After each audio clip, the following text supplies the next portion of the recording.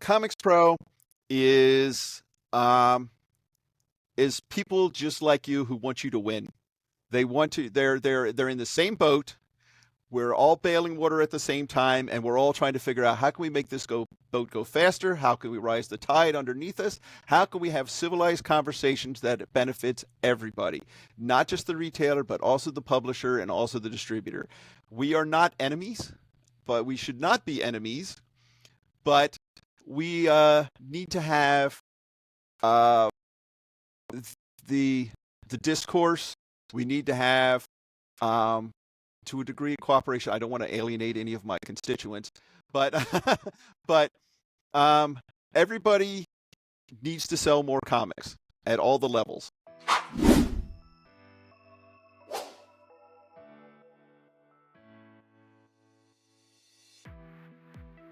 Hi, my name is Adam Freeman. This is Comic Industry Insiders, a weekly podcast where we talk to the folks who are behind the scenes of the comic book industry, and we try to dig into their lives to learn what makes them special, what makes them tick, and what tools and tricks you can apply to your own career or business in comics. And I'll be honest, this one I've been really looking forward to. This guy you see in front of you is one of the friendliest, most loving comics retailers I know. In fact, when I put out a call for questions or stories, the only stories that came back were how supportive and welcoming Joe is. But, all that said, there is a dark side to Joe Murray.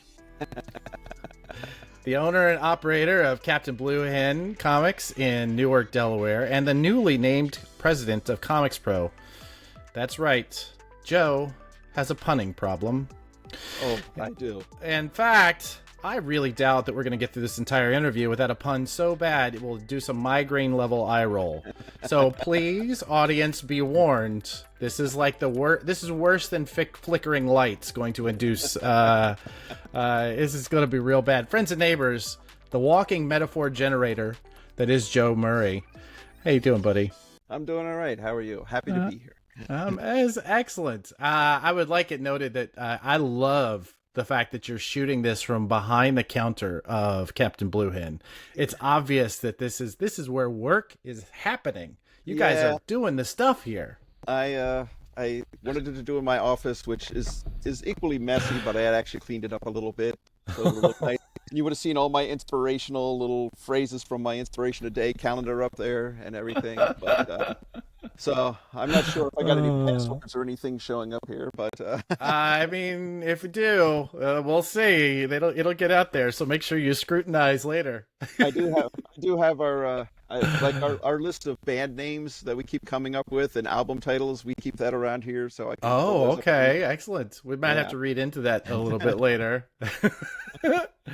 Well, listen, as a metaphor, I call you the walking metaphor generator because I love that you always do have a metaphor.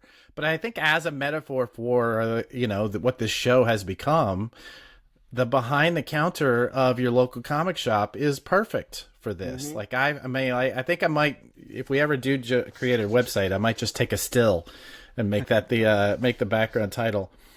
All right, so I do try and lead these questions off with something that I know you're going to have some expertise in, right? Because it's just kind of interviewer 101. You want to start with something that the person you're interviewing has some, is able to talk on. Okay, so we're talking Star Trek or Doc Savage novels. Is that what we're doing? Well, we can definitely dig into that, but as the now leader of Comics Pro, you're asked to make a lot of decisions or recommendations for best practices for publishers, retailers, just life in general. I'm sure people are just constantly asking you for things. So I'm just going to tell you right now, this is a question that has plagued my family for, generations. When is the best time to take down a Christmas tree, Joe? Is it, yeah. Oh, our Christmas tree was taken down in April, I think, this time. I was actually considering no, it was April because it was after Easter this time. that tree was barely put up to begin with. I put the three pieces together. My kids put the absolute minimum of decorations on it. So I am not taking it down on the 26th. I'm taking it down when I get around to it. I mean, Yet another metaphor, right? I mean, the cobbler's children have crappy shoes. Yeah. You create an environment for people, and so the Mhm. environment in your home still has the Christmas tree up. Well, also, I am also a sucker for Christmas because I can listen to Yeah. Christmas music all year round. Oh, It's happy music, and I don't have a problem with it. My musical tastes are absolutely indefensible. Um, so, but I do love Christmas music, and so I'm okay with having it up all the time. And we actually had one point we're using as a nightlight up on our second floor. We'd gone to Disney World and gotten one of their little decorated trees that was delivered to our room, and we kept uh that up there until the lights died on it.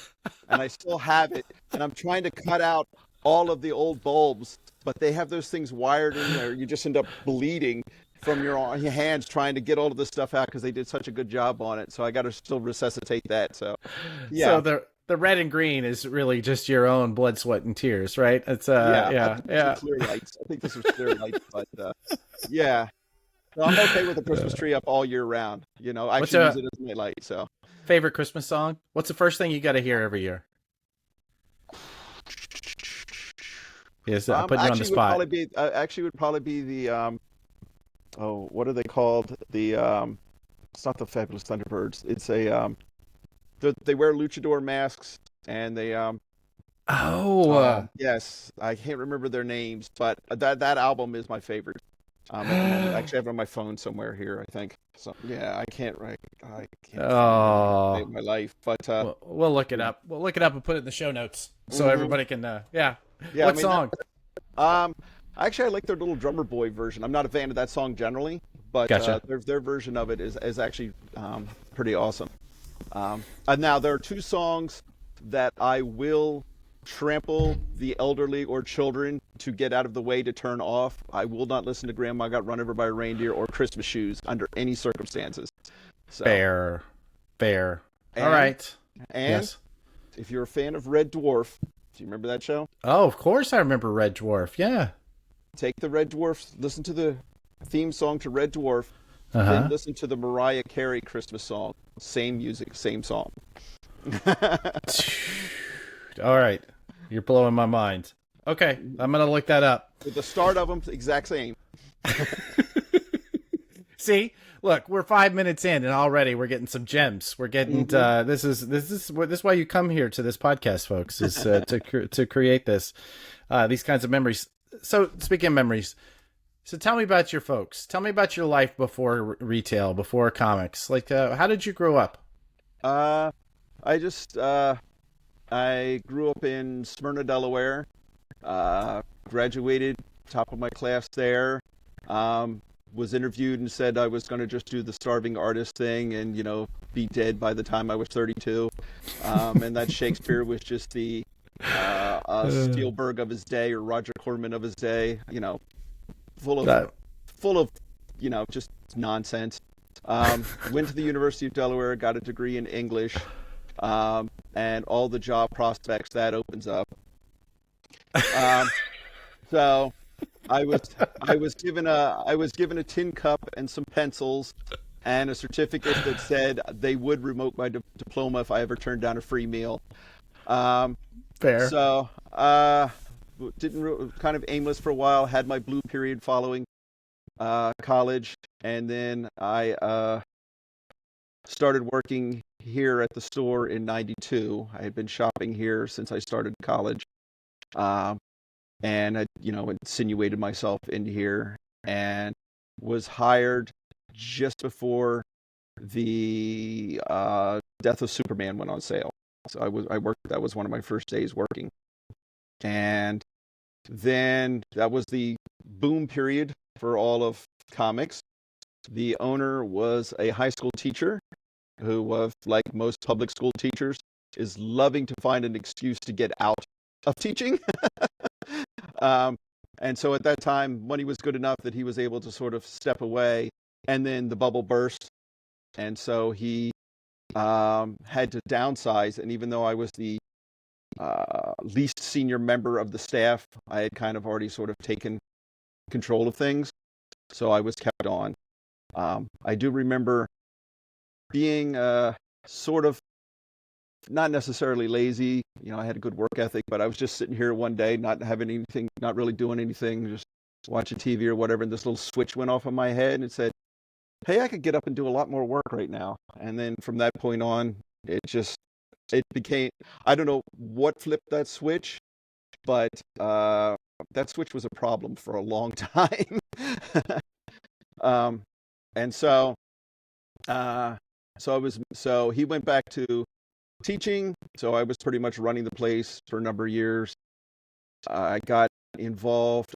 We were starting to do street fair, so I was trying to do more community things because I was sort of inspired by the Joe Fields and the Brian Hibbs and you know those guys. And we would I started doing street fairs here where we'd bring creators in, and we would have uh, our members sort of be vendors.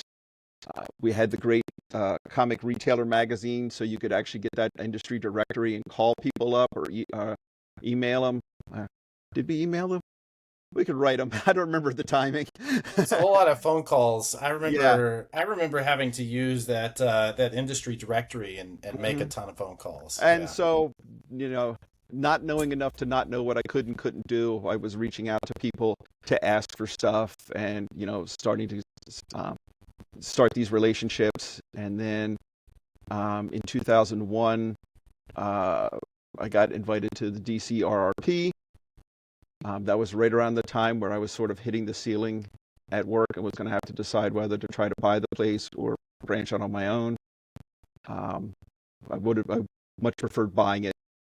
Starting up terrifies me. But Danielle and I went to the RRP. We picked the brains of everybody there for that Right. entire weekend. Came back, made an offer, did the whole small business development thing in order to write our business plan and get our loan. My first business plan under goals, just to see if they were paying attention. One of my long-term goals was to crush my enemies, see them driven before me, and listen to the lamentations and cries of their women and children. And they did actually read it, and they said, "We loved it. We passed it around. That's hilarious. Take it out." And so we took over the store 10 days before the towers fell, and then we've had 20 years of fun since then. Oh, a bill becomes a law.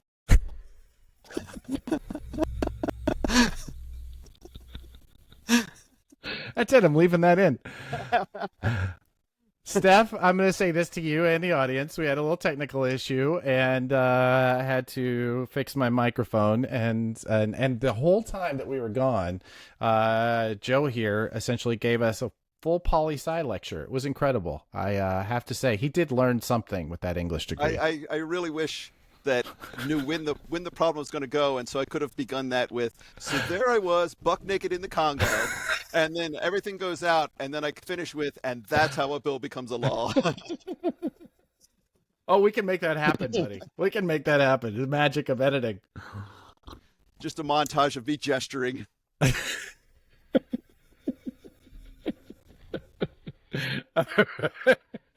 Well, all right. So let's go back a little bit though from that story, which is exactly what I wanted. But by the way, I mean I wasn't I don't know why I wasn't expecting it, but I wasn't expecting the full Netflix special.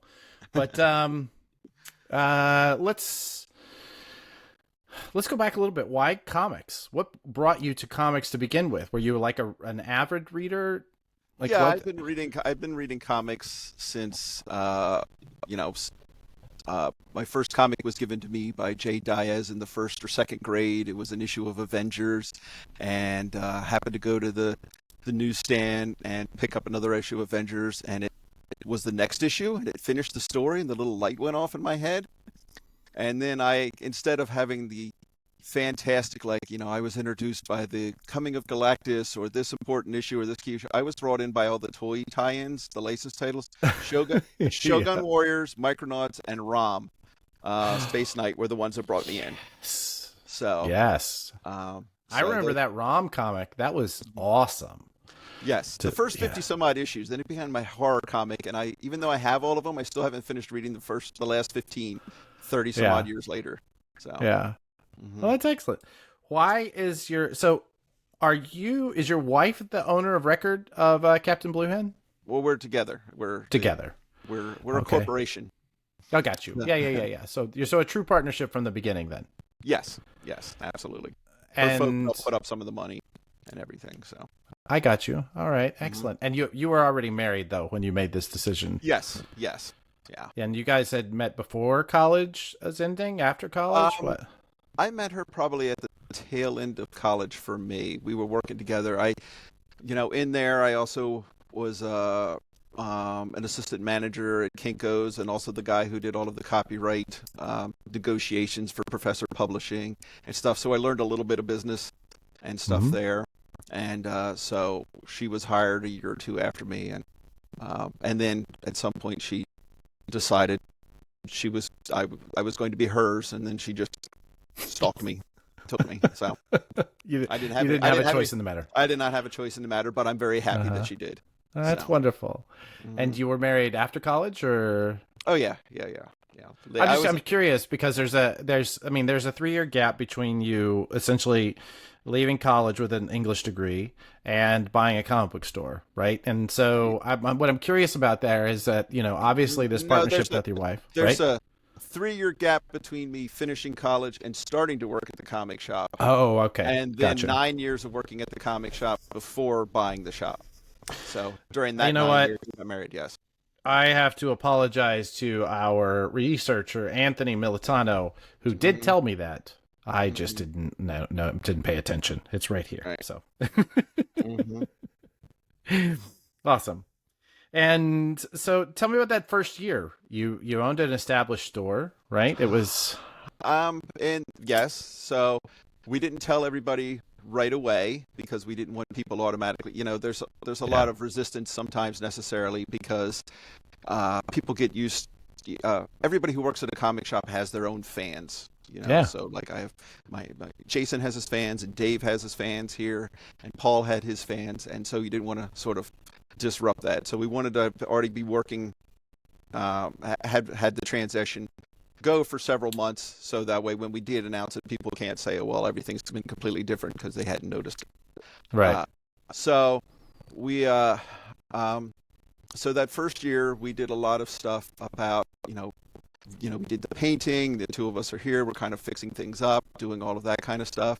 The most important lesson I learned during that year was the best time when you're trying to figure out your store hours. The best time to close is 15 minutes after you close. Yeah. So if we were closing at 5 o'clock, there could possibly be no one in here from 3:30 on. That's correct. Second you lock that door, Yep. someone will pull on it.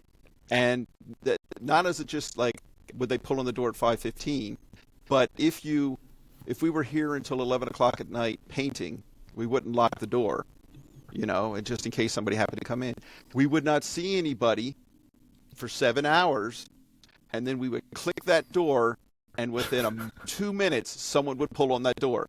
So it didn't matter whether it was 5 o'clock, 11 o'clock, or whatever. Someone will always pull on the door. So I know there's got to be other comic shops that occasionally go, "We're having a slow day. Go lock the door."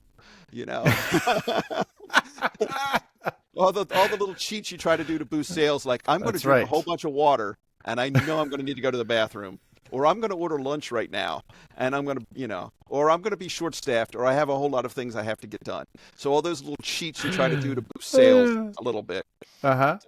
Yeah. Um, so, I my memory is terrible, just in the end of sentence, Yeah. and I don't remember exactly what we did a lot of. We had a program for there was sort of a legacy discount thing for some of the members, for the subscribers, and there was also a thing where with your purchases you would accumulate back issue credit, Mm-hmm. and there were people who had thousands of dollars worth of back issue credit, and that was going to make me resistant to buying a nice collection, because if I bought this big book and I need to flip this book in order to do that, and somebody comes along and walks away with it for free, you know. So Yeah. one of the things we did early on was kind of phase that out. So we gave everybody notice and says, we're phasing this out. We're going to keep it up until this point, and then we're going to stop giving it at this point, and then you'll have 3 months to spend your credit, and we'll give you some other options. Like you could use this to buy a sale, or you could use this for a little discount on this, or some kind of thing like that.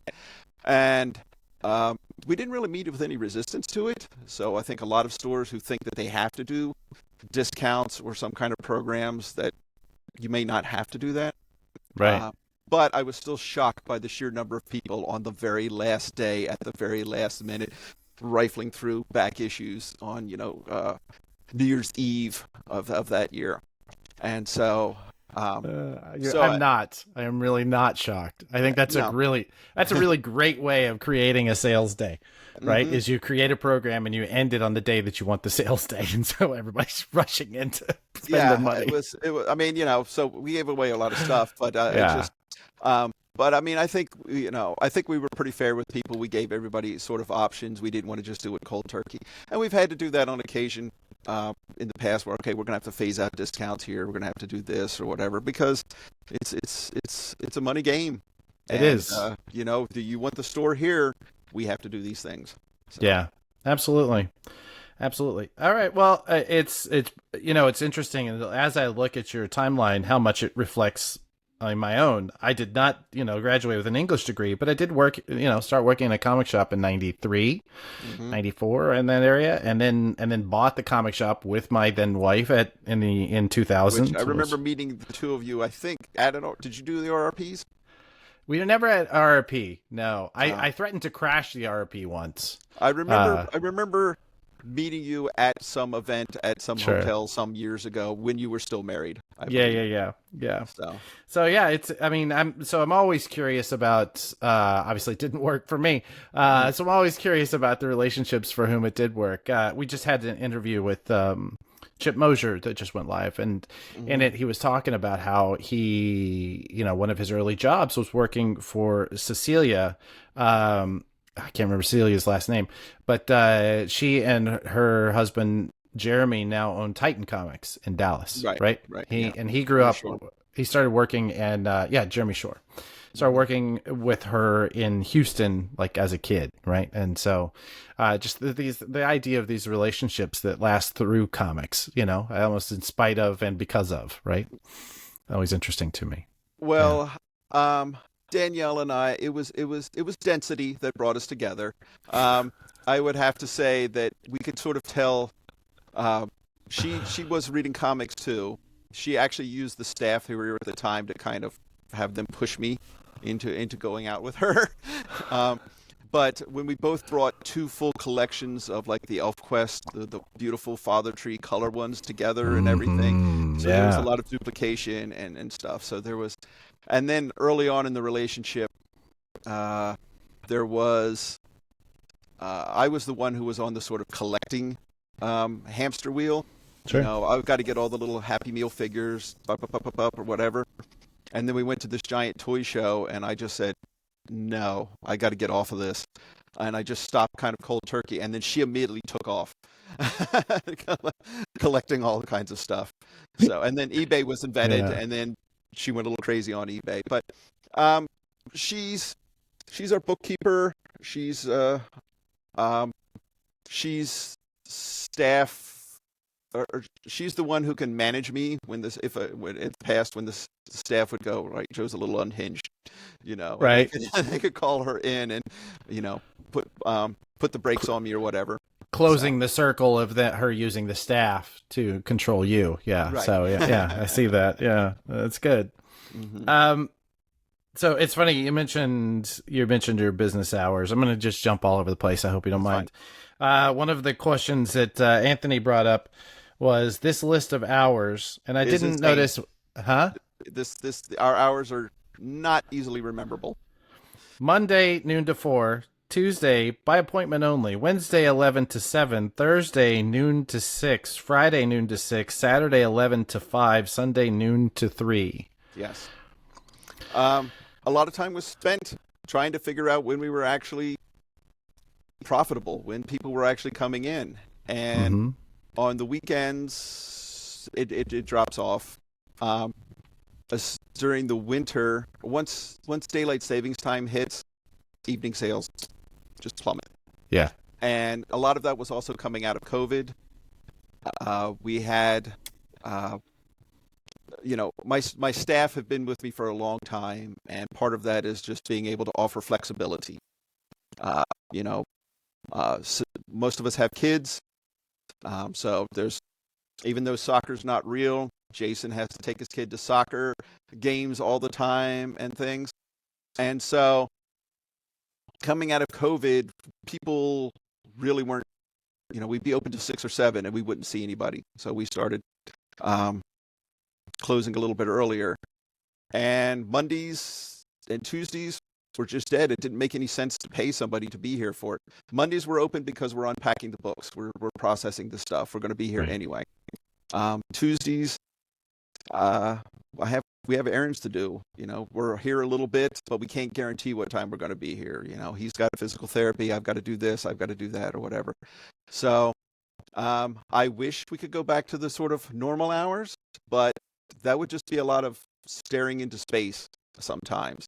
And I think people's shopping habits changed as a result of COVID. I mean, our malls close so much earlier than they used to around here, and we have major malls like the malls in Delaware. Or the mall closest to us is one of the top performing malls in all of its stores in the entire country, because we have all the tax-free shopping and people coming in from multiple states and everything, and they are closing 2 hours earlier than they used to. So Wow, that does say a lot. Mm-hmm. It is interesting. I'm really curious about the role that retail is going to play in our lives, kind of in the next little bit, right? We're going to be like, huh? Me too. I have some pet theories, but not to see them play out. You won't know. I mean, as my dad used to love to say about business, the proof of the pudding is in the eating. But I will say that, like, it's really interesting, this idea of experience versus stuff, right? Like, we all love stuff. We all have homes full of stuff, and as rents go up, the less stuff you can really own. But as we get along, like as inflation happens, we're going to want stuff that retains value. So, how do we buy that? Well, maybe we buy that through an experience, and that can be the shop, like the shop that you create. So right. I don't know. I'm just really, I don't know. I think part of this project is really to begin to talk to you guys and understand how that's developing, I don't know how we're going to need to do it, but we are going to need to find some way to monetize experience. In that, right now, part of the problem that retail has is that advertising channels are so fractured and anything anymore. Cable doesn't work, print doesn't work, social media keeps, self-destructing, so there's no really good place to advertise. And so we have to, for social media, we're supposed to be trying to create content all the time, where it's just like, okay, am I just a dancing clown that has to do all of this stuff? Is this going to be translating directly into money? Or am I just entertaining somebody sitting on a bus that has nothing to do with this? And when we need to do more events and things, but we need to find some way to monetize that without being parasitic about it, and I haven't quite figured that out. I'm excited at some neat opportunities. I'm thinking of offering little programs and events that really don't have anything to do with comic shops or comics per se. I just decided to call our newest one, it's called Everything I Needed to Know I Learned at My Comic Shop. And, the number of tires my staff have had to go and change for customers. So we're going to offer a thing where it's just like how to change a tire, how to check your oil pressure, how to check your tire pressure. Here's how to use a fire extinguisher. You know what I mean? And it's not, and I mean, It's true because my daughter's getting ready to go off to college. She has a car. She doesn't necessarily do it. One of my staff who just left and moved to Canada, she didn't know how to do it. I had to kind of jump her car one time and everything like that. it's not as much a part of the culture anymore, and it would be fun. You do it at a comic shop and learn it. You could just, and that's a story in itself that you could always tell somebody. I learned how to change a tire at a comic book shop. Yeah. No, it's You okay. know? I got this. I went to the Yeah. comic shop last weekend. I got this. Yeah. I can change that for you. No We problem at did all. we did have that happen where we had a customer come in.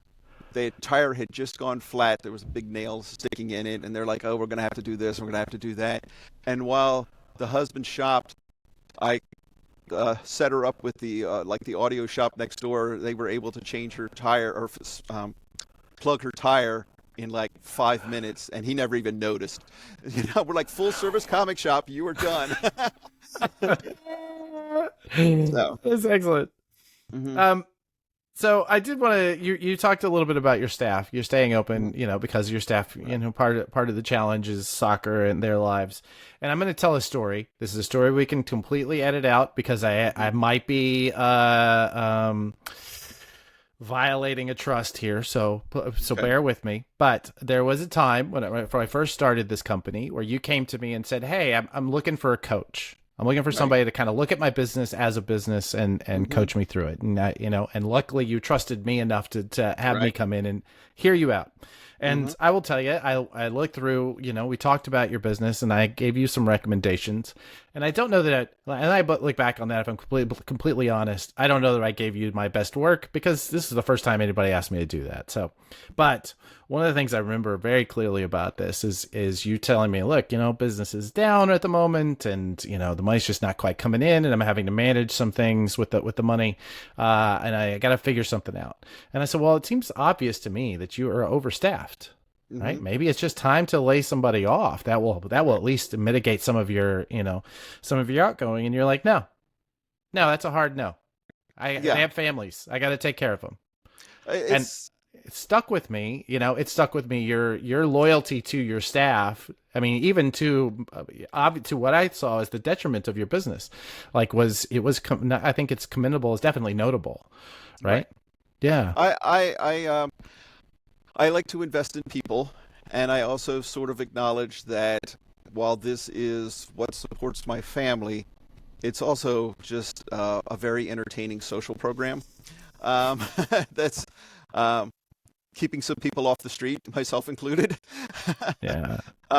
And uh, I I want to be able to enjoy my life. I want my staff to be able to enjoy my life.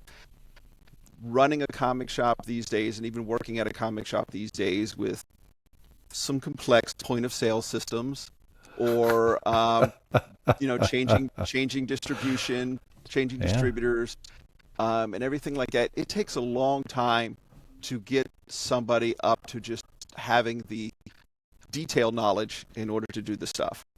Right. And even with what I know, I'm carrying a little bit more staff than I need.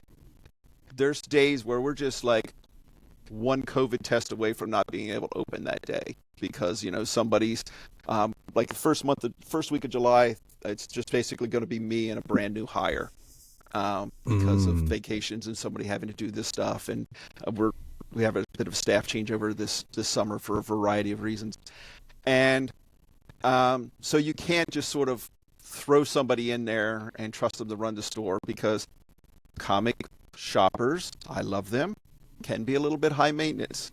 It's yes, so when they come in, and it's never just I'm here to pick up my books. If you have your weakest staff member there, I guarantee that's the day they're going to be asking, "Is this book coming out? When does this book come out? Can I get this book?" Da, da, da, da, da, and everything like that. And I want to be able to have somebody in that spot that can do that. I also don't believe in goldfish for staff. I want somebody who's going to, be here for a while so they can become part of the culture, build their own little cult of personality here, have their own Sure. fans, and everything. So, so I think yeah. one of the themes that's come up in our retailer conversations is this belief that I've kind of been coming to over the years, and it definitely is solidifying, is that comic shops don't necessarily compete for comic fans, for comic readers, so much as they create them. right? Right. You have in your community, you have a certain number. Let's call it 1,000. I'm sure it's maybe more of people who are Captain Blue Hen fans. If Captain Blue Hmm. Hen went away tomorrow, it might be the thing that just kept them from going. Right. Yeah, I know there's a place that just opened up right next door, but Hmm. you know, I just don't want to, you know. And so I think that there's definitely something really sound to saying we want to maintain that sort of level of service from year to year, and doing that, and by investing in people, I think it's a really strong move. Like I said, Right. I look back on it and it has stuck with me ever since you made that I appreciate it. insistence. The one I approached you at a Comic-Con, went some convention, I think it was Baltimore, and I had some tiny issue with some little Valiant book or something like that. And I brought it Okay. up to you and I say, this is probably not that important. And the best piece of advice you ever gave that I took was you just said success is aggregate. And nothing's too small. And so I'm constantly going, okay, yeah, you know what? This beautiful beach is made out of tiny little individual grains of sand. It takes all of these little grains of sand in order to make this beautiful beach. Yeah. And so, yeah, that certainly stuck with me, and is one of our operating tenets. Is Oh, well, I love never that. go I'm pretty close. sure I stole it from somewhere. Oh, I'm I'm sure you sure. did. Yeah, no doubt. But It's a I favorite of mine as well, though. Yeah. yes, yes, Yeah. and so I'm doing that all the time. So every time we even have, if we try a promotion or we have an event or something doesn't work out or whatever, or we only get a tiny little bit of result from it, it's okay. This is one little more. This is another little quiver. We know more about it for the next time we do it. We're stepping in the right direction. So every little thing Well, and builds from it up. a marketing standpoint, I mean, the success of a program, any program, is the lifetime value of the customer that you're meeting for the Hmm. first time, right? Right. And it's impossible to know in the moment, right? That's Right. only through tracking and many other crazy things that And most of us don't have the bandwidth for, at, right? at this point, uh, we're seeing a decline sort of in the regulars, the weekly warriors.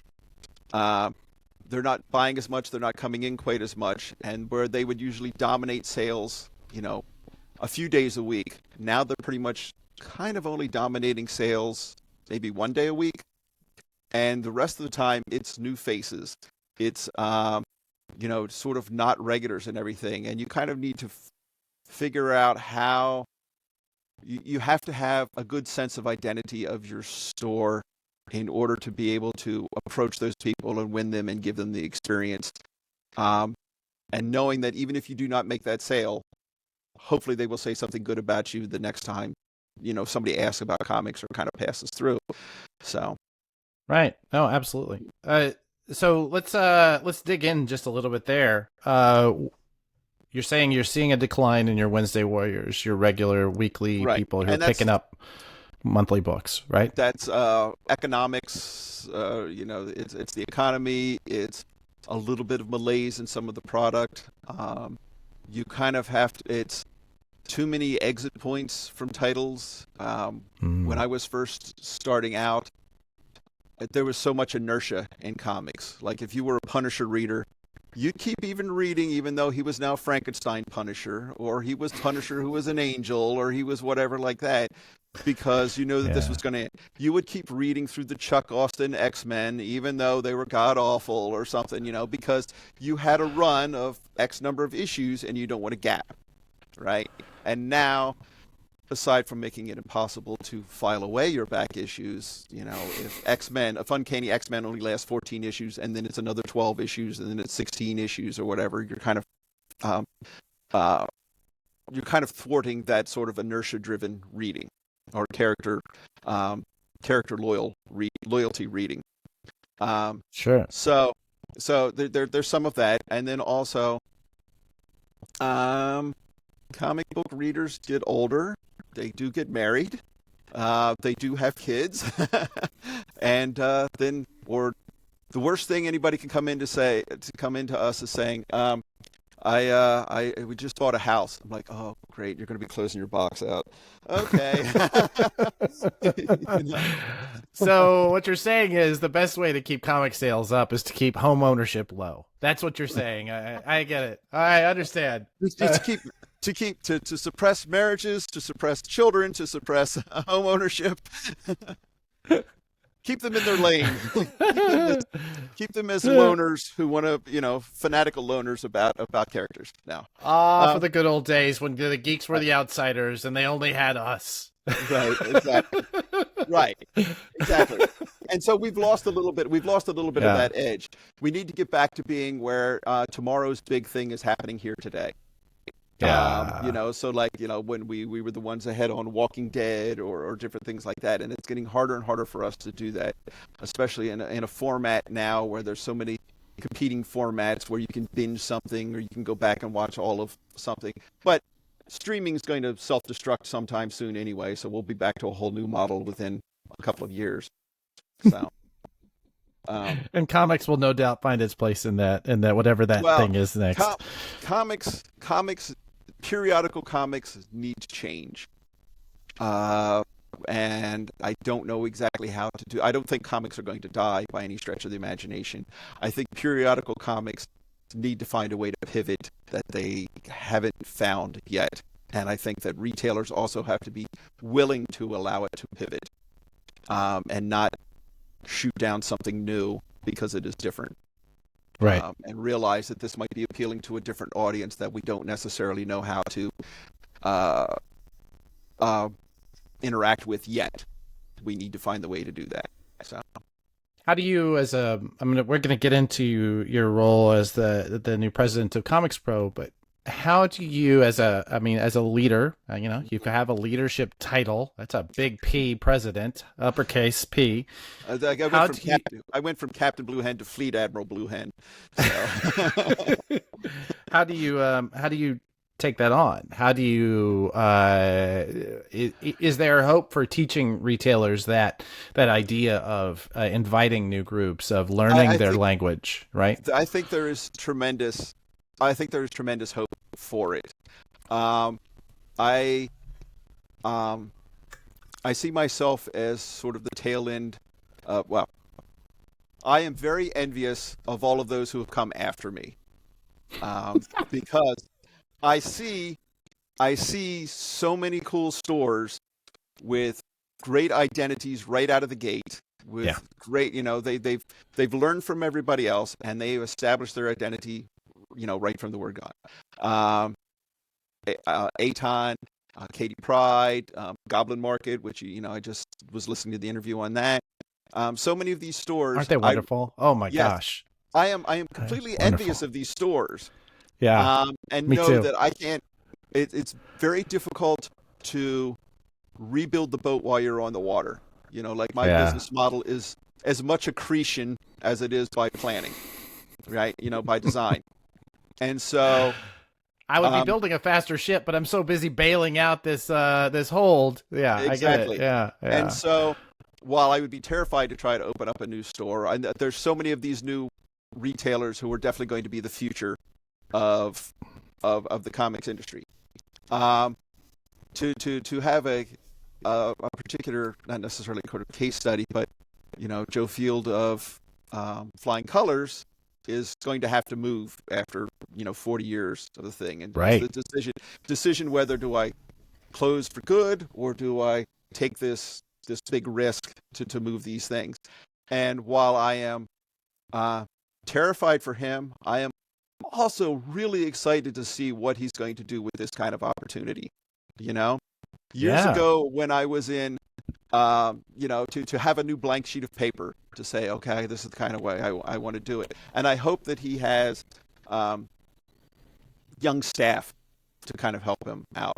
I sort of read somewhere that says if you're over 35 and you don't have a mentor who's under 35, you are, not doing the job right. You need to have that connection, which I'm suffering for that a little bit because of some of the staffing changes at the moment. But so years ago, when we used to apply for the Eisner Spirit Retailer. We were finalists for 3 years, and I remember seeing this. This is Joe Ferrara, when he did Atlantis Fantasy World, and was basically operating out of a tent for 2 years after I think there was an earthquake or something or I whatever remember like that. that. Yeah. And foolish foolish callow youth that I was, and I was like, well, anybody can, after having something like that and open up a new store or something, it will look amazing and blah blah blah blah blah. Instead of all the stuff that he had to do, that was the early blueprint for what do you do when COVID happens. You're having to work out of a tent for a year to operate your store and continue to make this going. But it was like, well, sure. I mean, if I had a brand new store, I could, do whatever and ever, whatever like that. Instead of realizing, no, that's not how that works. You know what I mean? No, no, man. There's a lot more to it than just that. Yeah. So I don't know if I Well, answered and I any will of that say, I correctly. mean, that I can say from having spoken to the Goblin Market folks, as much passion and planning and energy as they put into it, I also know how much money they've invested in that store, and it's not a small amount, right? It's not like they really put their own, like, kind of savings and assets on the line. So it's there is no easy answer into No, this life, no. and it's no, and even harder ones to get out. So Yeah, and as far as leadership, it's if you put three comic retailers in a room and ask them if the sun is coming up tomorrow, you will get five passionate, disagreeing answers, which is in its own way fine. Which means that there's also so many different flavors of stores, and I have my particular flavor. Mine's kind of a meat and potatoes sort of bestseller. You're not necessarily going to find anything in here that's very, very unique that you might not necessarily find anywhere else. But there's the stores that still have still have Star Trek Next Generation Playmates figures on their shelves from the 90s, and have like from when they were new. everything. Right, that have Yeah. absolutely everything that you can sort of dig through, and it's archaeology, nerd archaeology. And then you have ones that are sort of like museums, and you have ones that are basically educational centers. Yeah.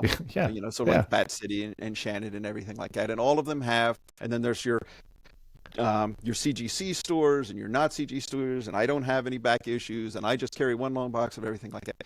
So there's a lot of different ways to do this.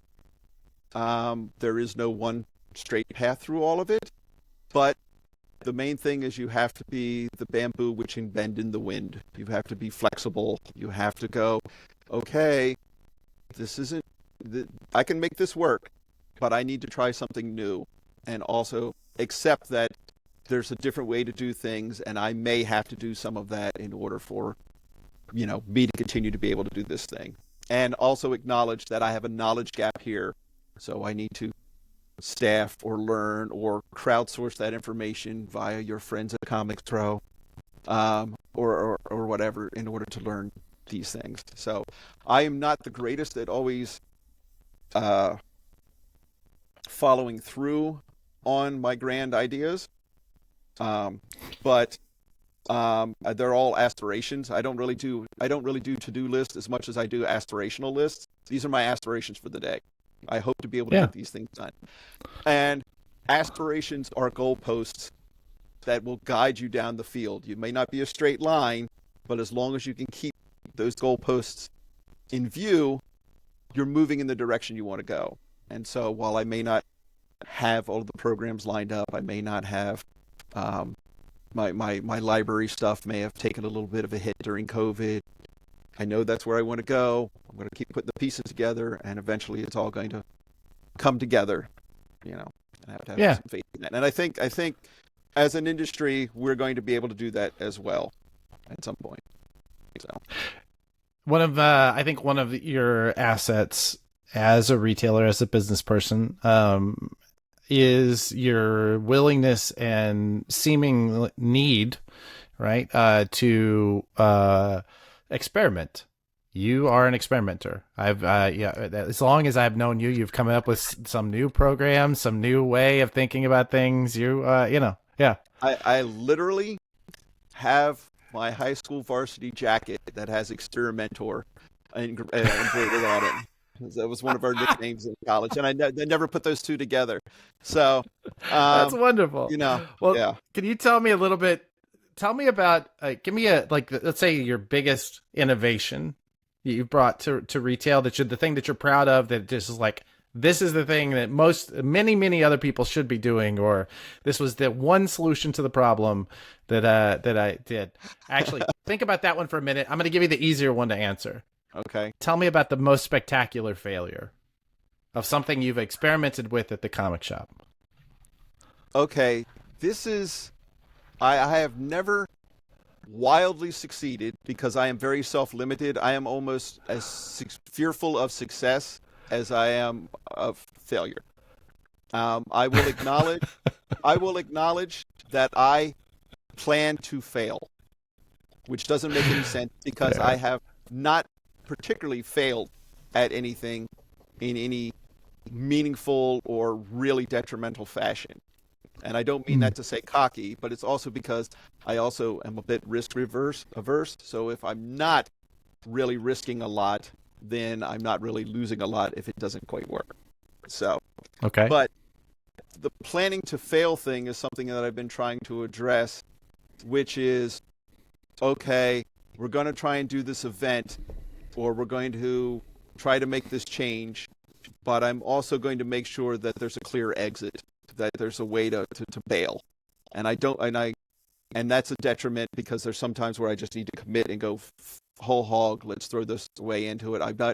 I'm, if we plan free comic book day, okay, well, what if this goes wrong? What if this goes wrong? What if it's too successful? How that thing? And I know that is that's a character flaw that I'm aware of when planning things. Um, All right. so I can't necessarily. And as far as my contribution, as I said, I have zero memory of anything. If I had to write an autobiography or I had to write memoirs, I would have to interview everybody to tell me what have I done in my life. What did I say? People remember more about me than I remember about myself. What I love And about this is that you truly are. You're like a goldfish with a lab coat. yeah, You're just constantly trying new things, but you don't remember which one succeeded or I failed. cannot remember anything. And that's something I've been trying to be more mindful about to try to take the time to do things. But you know, that also is a part of the problem with me. I'm sometimes terrible with remembering names. Like I know, this person, but I haven't had 800 interactions with them. I also assume nobody remembers me, so I always try to say my name. But um, the uh, what was the point there? The I try to be more in the moment. I fail at that, and not remembering people's names. It could be like, oh, yeah, you gave me a kidney last year. What was your name again? I can't remember because it's like, oh, got kidney replaced, moved on to the next thing. And so I spend entirely too much time um, planning for tomorrow. I'm always the next thing, next thing, next thing, next thing.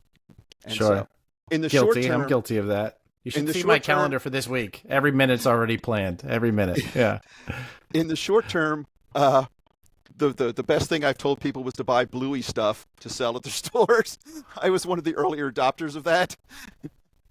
That's a Somebody else good mentioned it, move. and I'm like, I jumped right on that. But there's I don't know.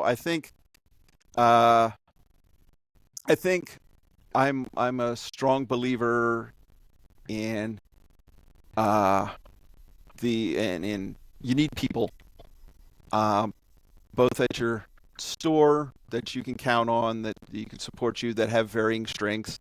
You need to have people where you can know that you walk into the room and know that you're not the smartest person in the room, and that's a good thing. Um, you need to have uh, uh, colleagues that they can help you. You need to have people willing to manage up. And so, I think the best, my ownership kind of my tenure coincides roughly with the sort of rise of Comics Pro, where we were not just lone lunatics screaming into the wilderness, and we sort of started to come together. And I think the, sales slumps, the sales slumps and COVID and, entering the darkest timeline somewhere around in late 2016 and all of those kinds of things have brought retailers and the industry together in a way where we don't all have to keep continuously reinventing the wheel.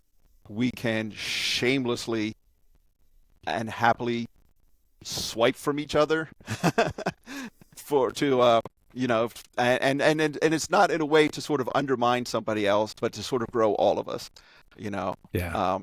And so I think that's sort of the way forward, and that's the way we're Comics Pro is certainly trying to do, to give people these resources that instead of just surviving, we can thrive. Instead of just putting out fires, we can prevent fires, or we can put that fire to good use. So I don't think that answered any of that question in any way whatsoever. I don't know. I don't think so, but I think or over far apart. I think you gave me a great clip anyway, if nothing else. I do want to get into Comics Pro, and I do want to talk quite a bit about that. And I want to talk about how publishing can be interacting with retailers, especially with the challenges that you have now and the future of comics. But first, before we do those things, I want to talk just a bit more about Joe, because I do genuinely like Joe, and I'm enjoying having an opportunity to really sit down and get to know you. I know that you are someone who values your, as you said, your aspirations, right? You are constantly looking for the path forward and looking at what your assets are and how do I use this to be the better person that I want to be. So if you don't mind, let's, and feel free to just gloss. I promise not to charge anything hard at you if I catch you in anything. Just give me an idea, what does your kind of, for lack of a better word, self-care look like? What are the things that you do to keep your own brain moving forward, to keep your body moving forward? What are the things that maybe are notable that you're working on? I know you're always experimenting with something. Where are you? What is the state of Joe right now? The state of Joe has been in.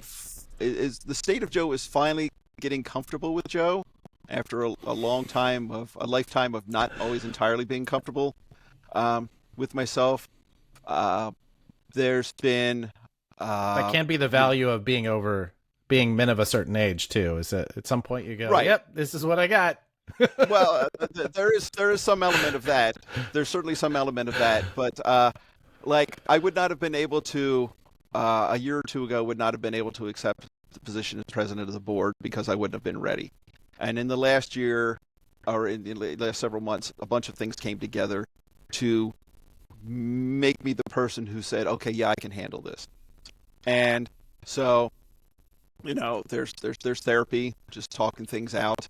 There's a talk therapist that you're working with? Yeah, a talk therapist. And I'm amazed. I really wish that there had been just silent movies made of me in my therapy sessions, because that would have been the most awesome montage, because you would have seen so many different Joes walk in there. One day there'd be frenetic, whatever, I write on the wall. She actually eventually taped a piece of paper up on the wall so I could draw Venn diagrams.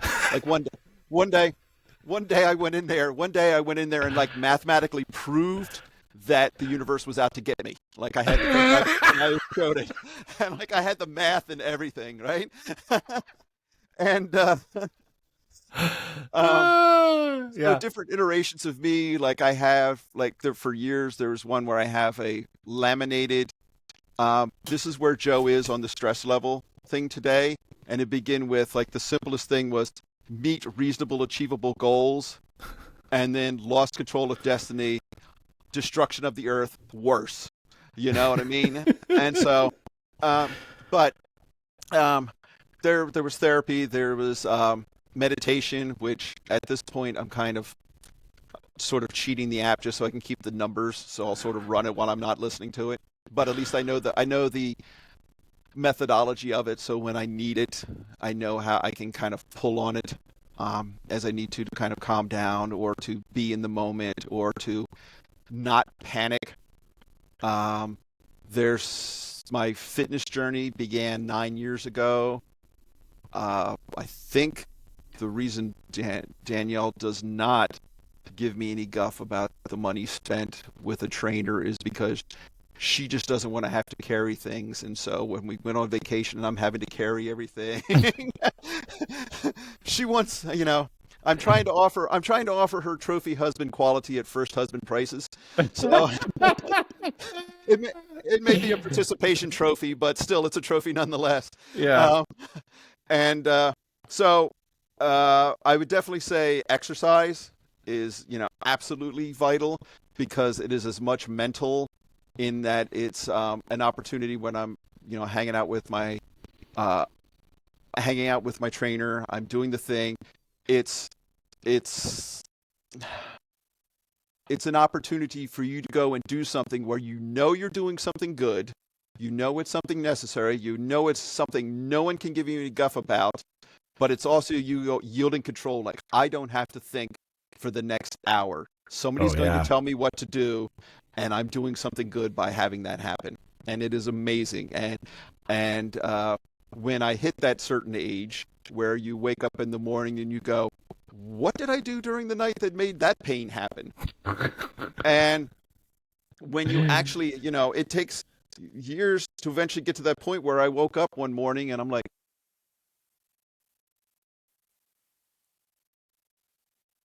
nothing hurts. What happened? That's not right. I've never, I know. because when you're sort of doing a body scan, you're like, holy smokes, nothing hurts today. Yeah. And so, it's exercise, magic, right?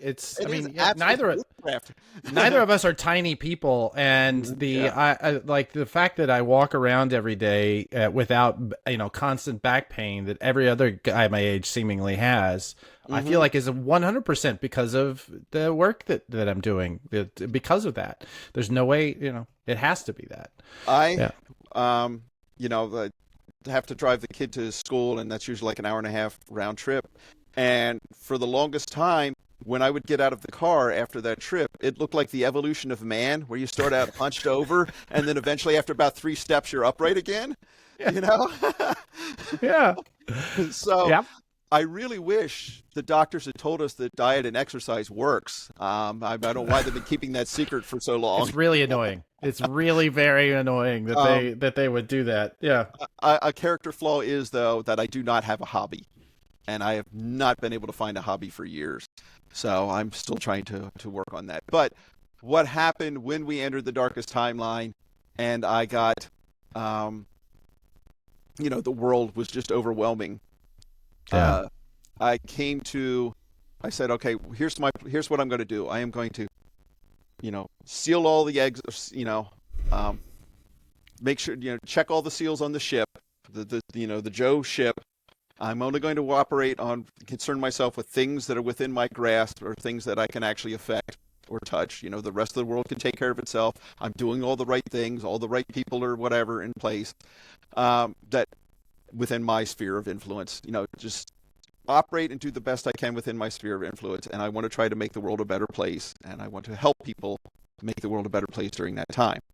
And so that became the sort of overarching, motivator for everything.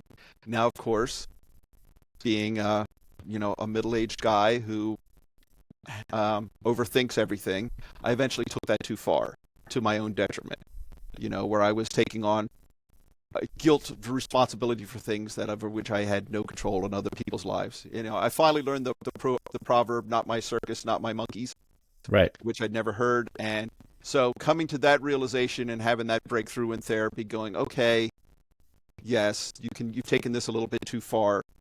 This is the proper balance for that. And then having done meditation, having done therapy, having done exercise, and then with, and all of that still not quite being enough, I took it one step farther and, okay, well, maybe there's a little bit of a chemical problem. just a tiny bit. And so that I was fortunate enough, very low dosage and everything, and it just stops the wheel long enough for you to take control. Because there's times where you get into your own head and you're just Yeah. cycling, and to be able to still feel those emotions, still feel aggravated by something, still feel worried about something, but to also still be able to drive the car at the same time, which is Yeah. not something that sometimes you can do. And I'm glad that there has been discussions, amongst that it's become better for people to go, okay, mental health is a thing. Let's Yeah. take care of it.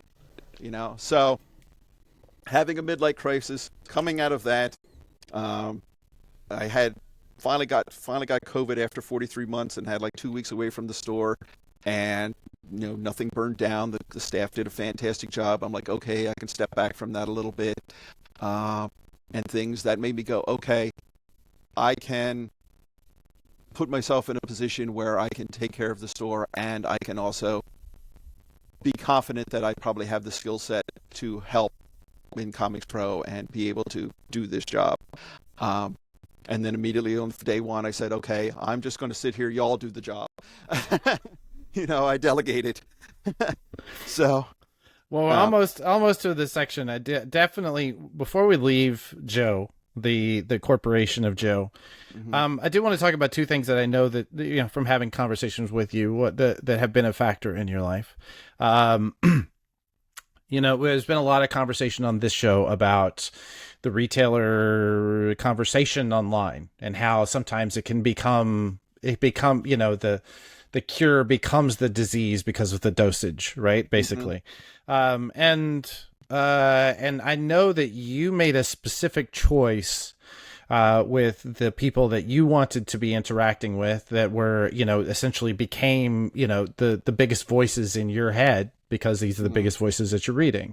Can you talk a little bit about your mastermind group that you guys do, if you don't mind? yeah, I don't know if I want to give names, but no need to. Keep it anonymous.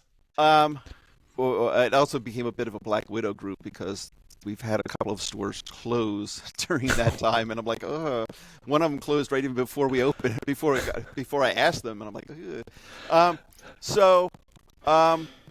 a mastermind group is a fantastic thing, and this one started right around, I'm also terrible with years, but one of the times when we were having a huge slump, it may have been 2010, 2014, I don't remember exactly what it was. Yeah. And you need to have people who you trust, who will, tell you to go to hell, but have a reason for it. That say, they'll tell you you're wrong, or that you can argue with, and there's not going to be any animosity, Right. for it. And so I picked a few retailers that I know from Comics Pro, asked them for a couple of other suggestions, to get some other voices that I didn't necessarily know. The group is called EPIC, Everyday Problems in Comics Retailing, EPIC Retailers. And It's a great acronym. our group photo is, man yells at cloud from The Simpsons.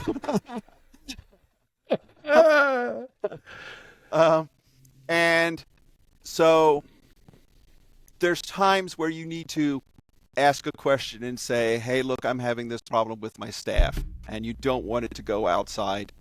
You don't want it to come back for somebody else to ask about it. Right. You don't want it to necessarily be seen in another group where it's, I'm having a problem with this store, or, this other, retailer or something like that, to get some feedback on it, to get some perspective, to have quick, truthful feedback about how's this book going to do, or somebody's ranting about this. What do you think about this?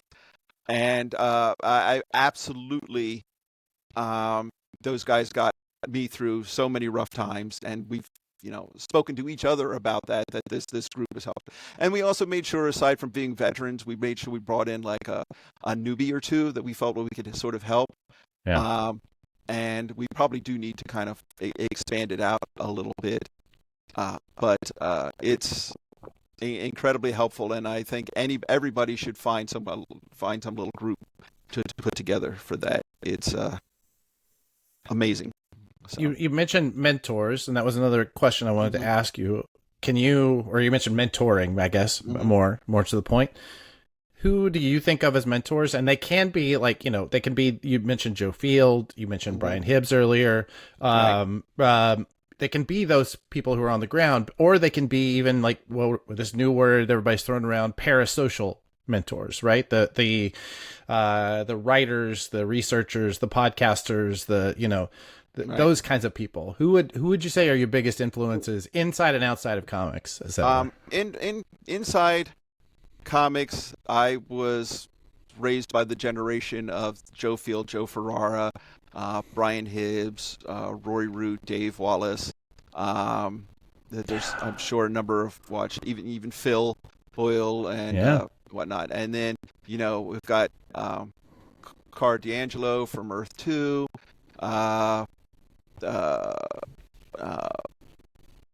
Some of the other members who've been on the board and everything. I am blown away by everything that Katie Pride does, everything that Eitan does, everything that Shannon does from Bad City.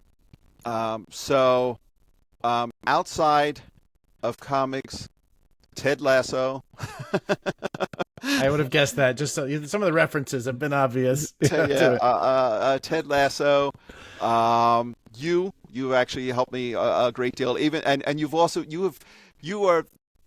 What I love about you is you have been in equal measure a great advisor and the bane of my existence. Okay, in equal measure. Okay, but what I like about that is that. That is that is the pull quote of this show right there. You just, we do the little quote ahead. That's the one that's going at the top of the show. And that's something I can also say about my wife. You know what I mean?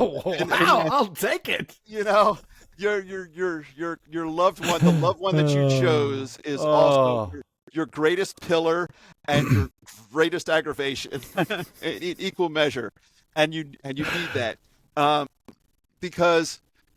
Oh, excuse me. There's I don't know, because I do a lot of read a lot of little self-help books and different things. I don't know if he's on the no-fly list anymore, but I read a book called The Nerdist Way by Chris Hardwick. Oh yeah. And it was him trying to after he had his success on MTV, and then he ends up being he's a big fan of The Daily Show, and it turns out he's the butt of a joke on an episode of The Daily Show, and he's like, I got to turn my life around. And so this is some of his methods, and one of his methods was to RPG character sheet yourself to figure out what you are and what your strengths are, and and sort of level yourself up. So that's something I did for a little bit. I'm a bard. I tell stories. So how's your XP looking? I don't track it because I've never actually played it, but I believe that I have genuinely gotten a lot of XP, because it does, you do put your goals and your quests and everything in there, and you go, okay, yeah, I've done this and I've done this. And while I'm not a person who has a huge formal business plan written out, every year there's the sheet of paper that comes out and it does all this stuff and these things or whatever that I kind of refer back to, or planting the goalpost. Yeah. Outside, I don't know. Hard to say again because I don't remember. Listen, I'll take it. Just the fact that you named me in that list, that's a win for me. I would also say Philip from Boom. Definitely. Is great. Nothing that ever comes out of his mouth has ever not been like very thoroughly thought through from both a sort of a data point of view, from pulling the threads. How's this affect the greater tapestry, kind of thing. Jen and Marco from Comics Pro, certainly. This is not like the Oscar list. You don't have to list everyone. Who's And I'd also like to thank my personal savior, Stan Lee, and I want to thank my baby mama, and I cannot believe you picked Stan over Jack, but whatever. I'm not judging. I'm not judging. Yeah, Stan. No, because my identity here at the store, my Yeah. character is a avuncular huckster, you Oh know, yeah. Oh and yeah. and so that's one of the things. It took years to finally find our mission statement for the store, and when I finally came in, I'm like, oh God, this makes so much sense. Our mission statement at the store is aim for a smile. Every person that comes in that door, whether they purchase anything or not, should smile at least once when they're in the store. From our interaction with us, from whatever product and everything it is, and having a mission statement, even something as simple as that, helps you inform all of your decisions when you're stuck with something going, what do I do here? Should I do this? Should I do that? And then you go, well, which one of those kind of gets closer to helping us get a smile? Okay, this. Well, then we're going to go with this. This is, within the identity. So, That's beautiful. again, Venn diagram of question and answer don't over intersect at all. And again, you gave me that big ass pull quote. I'm gonna take it. All right, let's You get. have been oh my God. During some of your marketing ideas for a particular company, but we would have arguments about it. We would have arguments about it, and what ticked me off so much about it is I know I am absolutely right in that you are causing me excess work that I do not have to do, right? Yeah. And then we'd get into it, and then when you were done Svengali-ing me, I would be like, shit, some of that makes sense. Some of that actually makes sense. He still causing me work I don't need to be doing. But some of that makes sense, and so I have to adjust my lens a little bit. I have to refocus because there's some elements of that I'm going to take away from that. Well, And listen, so, I will say that you talk about experimentation. That particular publisher was all about, for me, when I look back on my time there, that is all about experimentation, right? We were just saying what is the problem we're trying to solve. What are the assets that we have? What does the field look like? What does the industry look like? What have other people tried to do to solve this problem, and has it worked? How can we tweak it? Like that was our guiding principle, was just experiment. And yeah, it pissed some people off. Sometimes that's what you have to do to get their attention. my biggest beef is the title they sold me on, the whole line on, was never released. I'm not getting into that here. That was the book I wanted. Not getting into that here. We can discuss that offline. There will be beers drunk. All right, so let's talk about Comics Pro. You see me transitioning that conversation? Please. I need to pivot there. Yes. Why Comics Pro? Why should people choose Comics Pro? Let's talk about what the organization is at first, and I mean this is like pull quote, like this is a T-ball for pull quotes. Go. Right. Well, Comics Pro is people just like you who want you to win. They want to. They're in the same boat. We're all bailing water at the same time, and we're all trying to figure out how can we make this boat go faster? How can we rise the tide underneath us? How can we have civilized conversations that benefits everybody, not just the retailer, but also the publisher and also the distributor? We are not enemies, but we should not be enemies. But we need to have the discourse. We need to have to a degree of cooperation. I don't want to alienate any of my constituents, but everybody needs to sell more comics at all the levels, and they may have people working above them who seem to be instituting policies contrary to that. Corporate overlords. From a retailer standpoint, that would seem like to us maybe to be the publishers or the distributors. They're doing these things. Why aren't they just letting us do this thing?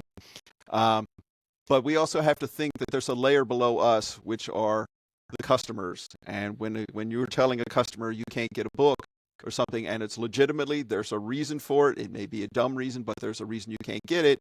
And they're probably having some of that same resentment towards you that you would have towards a publisher or distributor, because they have some kind of rule they can't give you the thing that you want.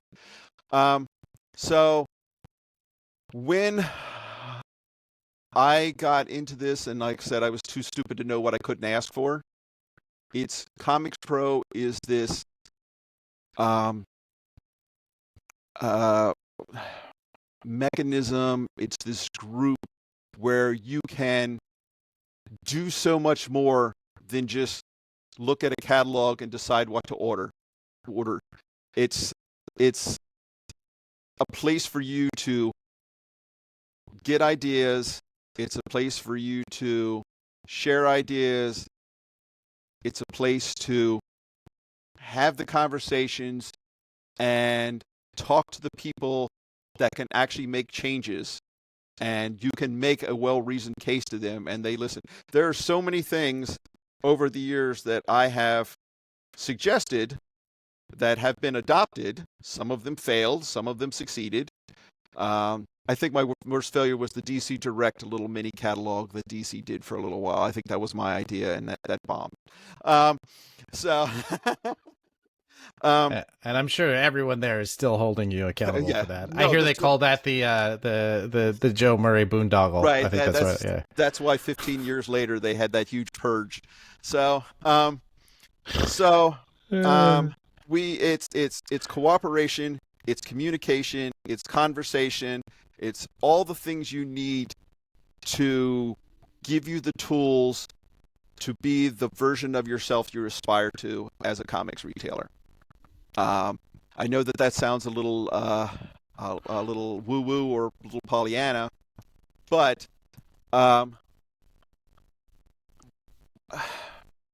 it's I don't want to say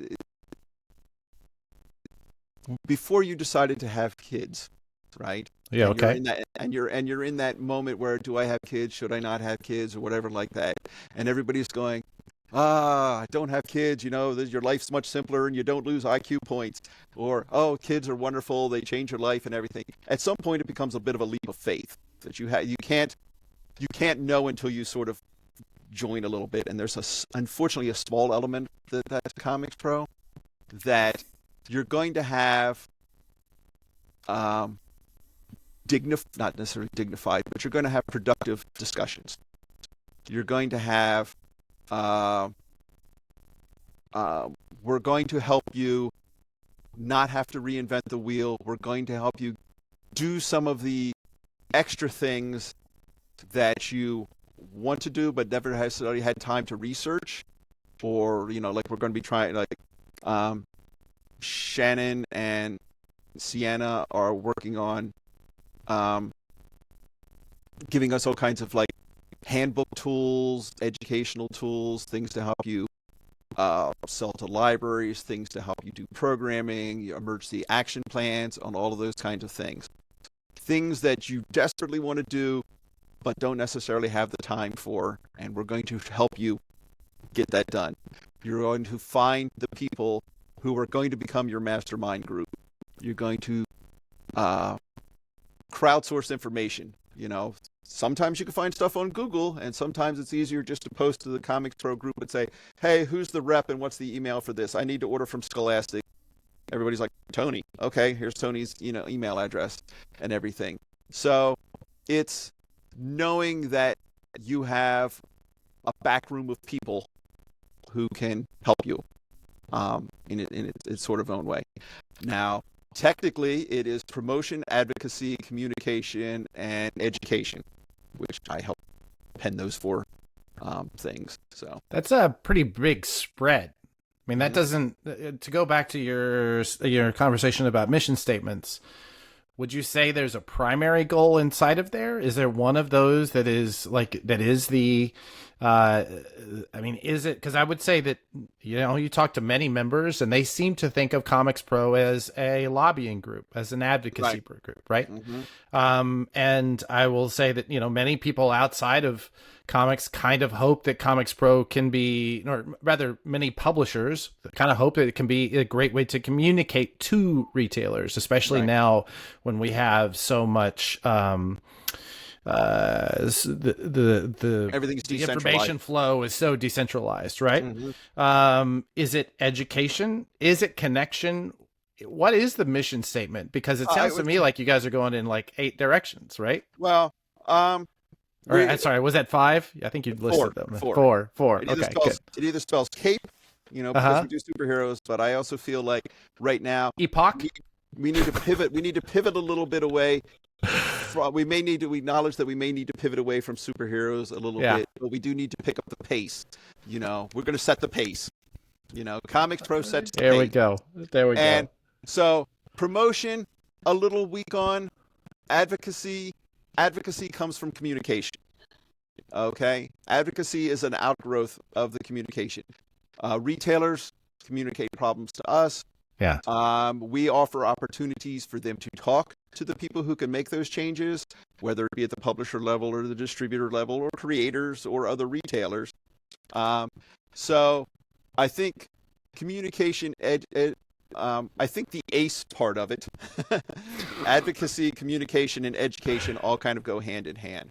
Right. So by communicating and finding out what people need, then that allows us to shape the educational programming, many of which we do, sort of regular Zooms where here's a new vendor, they can tell you all about this. This is how to use PubEasy. This is how to kind of order from here. This is how to do stuff with Penguin Random House. These are new products that, this is the promotion that Turtles is going to do. This is the promotion that such and such is going to do. So that the communication is the main thing that opens up all the other avenues and allows us to pursue the other things. So it is getting people in a room, virtual or otherwise, to share ideas, to try to drill down to find out, okay, what is the actual problem here? And if the problem itself can't be fixed, can the symptoms at least be addressed or mitigated in some way? There may be things that can't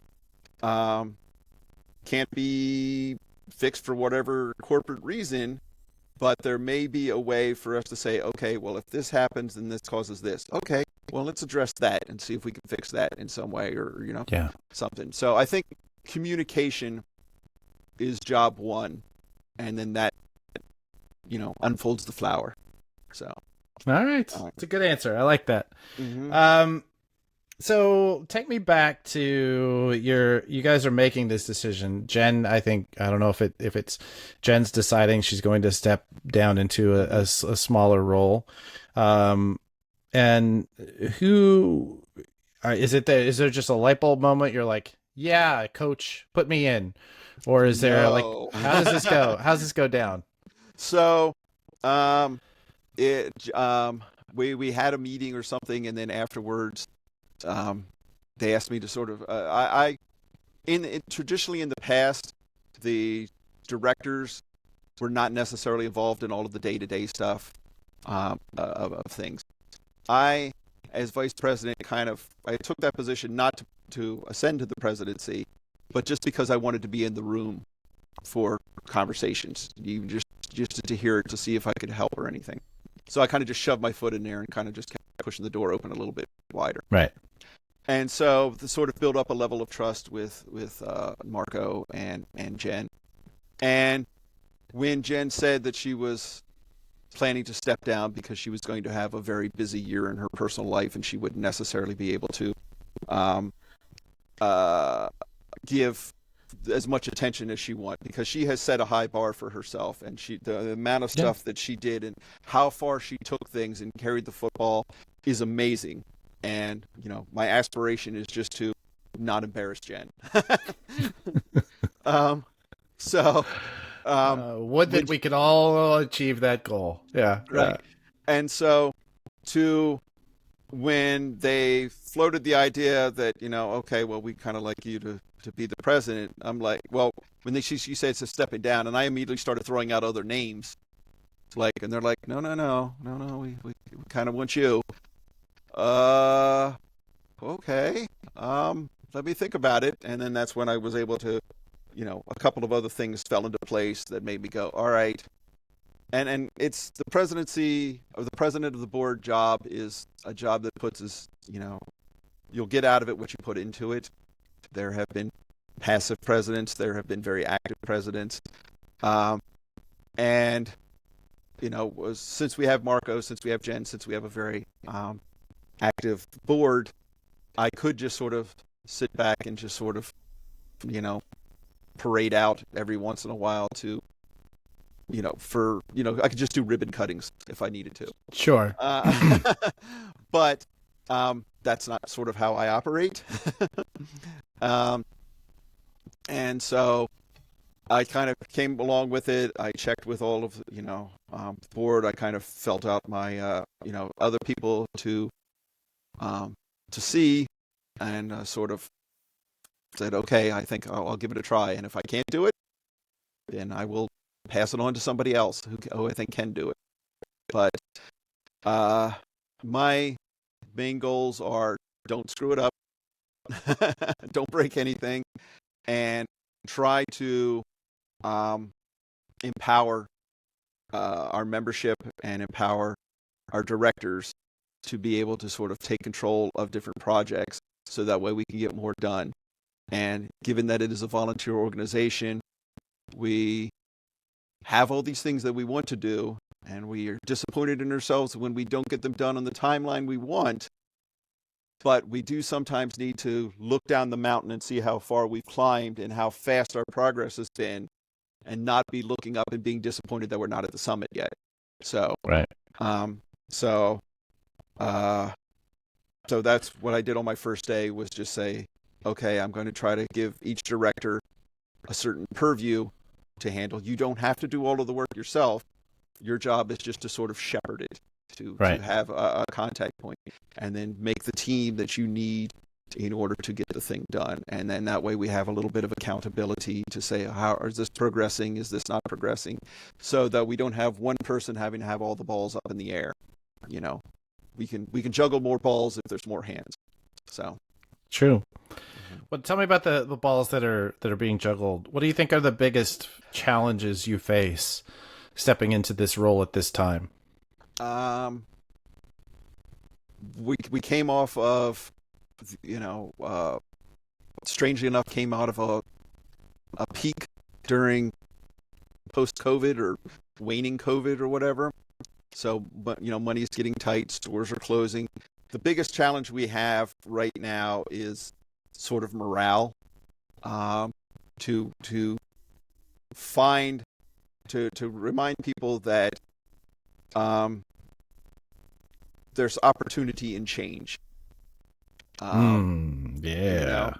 So, and that there's hope and kind of stuff like and so that's the main thing. Is I don't want to come off as too Pollyanna. And this was actually something that came up at the meeting. Is one of the members, I was checking in with him one morning, and said, how are things going? He's like, I don't know if this meeting's really for me. Everybody seems, a little bit too positive or whatever, but there's real problems and everything.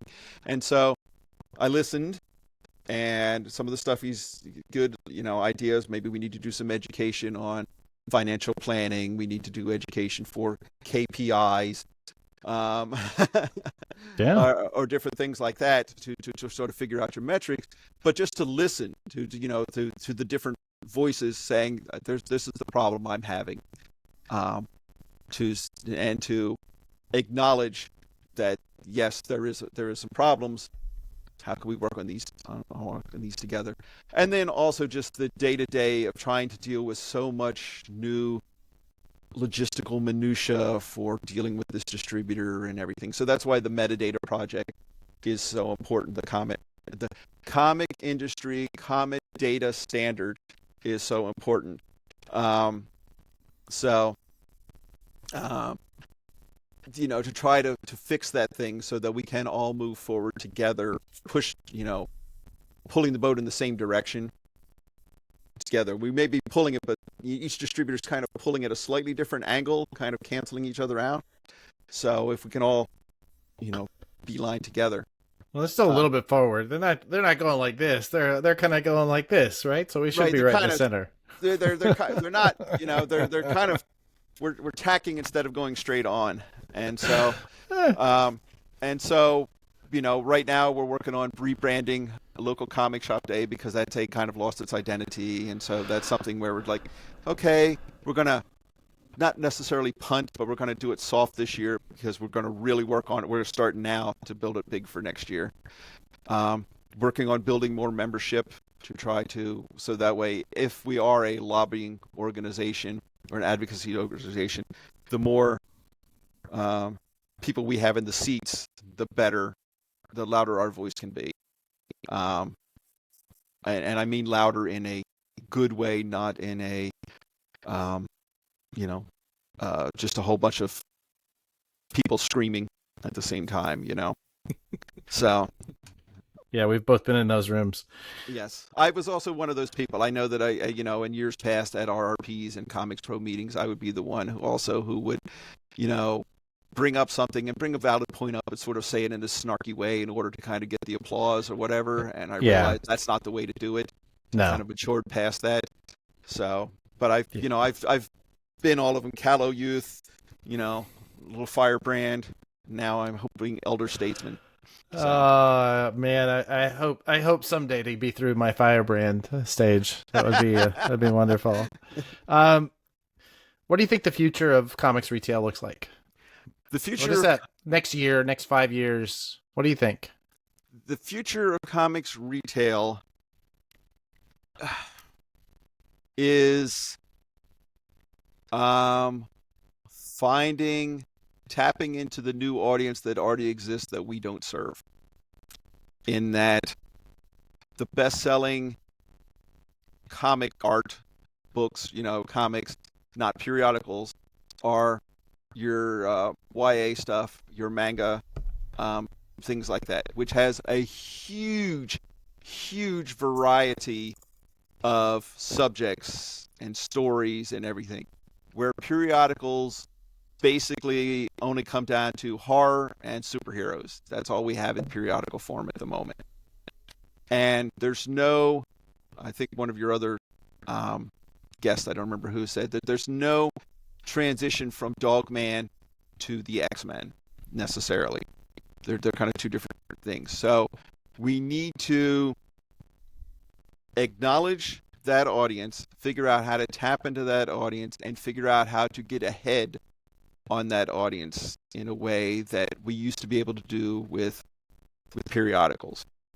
And so I think we're going to have to find ways to monetize experience. We're going to have to, the comic shop can't necessarily wait for people to come to them. We need to take comics out to people. We need to be doing more pop-ups. We need to be doing it in different venues, not just comic conventions, you know, adult book fairs at bars and taverns and things, trivia nights, doing all kinds of, you know, other things. We're going to be trying to do something, the library closest to us is going to be closing to be knocked down and remodeled. So we're going to be trying to do, you know, programming for them here and things to try. So we need to reach different audiences, whether that's at music fairs or wrestling events or, you know, sporting events, wherever there's somebody who wants to read pictures and words together, we shall be there. But we need to go out. We've had too much where we've been a little bit insular and having people coming to us, and we need to go out and find them to bring them back to us. And so I think that's where I'm trying to pivot towards. And I think that we're going to have to be more accepting of periodical publishers being more experimental with some of their comics. And so when you are introducing new versions of characters or characters to tap into a different audience, like if you look at digital comics versus Marvel's digital comics versus their print comics, you know, they're going heavy in on those Infinity comics, the scrolling ones, and those are not straight up superhero things. Those are about the pets, they're about romance, they're about all those kinds of things, and retailers sometimes are very resistant to bringing that in on the shelves. Yeah. And I can't say it necessarily sells, and we can't really afford to be experimental sometimes in our buying in that respect, but we have to acknowledge that there is a place for those things. And maybe we try to cultivate that a little bit. And success on that is aggregate. It may only be 1 or 2 copies here now, but then that could become 3 or 4 copies. And then that becomes your transition stuff from YA and manga to something else. And that also, we may have to edit this part out just because I don't know if it's going to be too inflammatory, but Kickstarters are not always our enemy. Not always our enemy.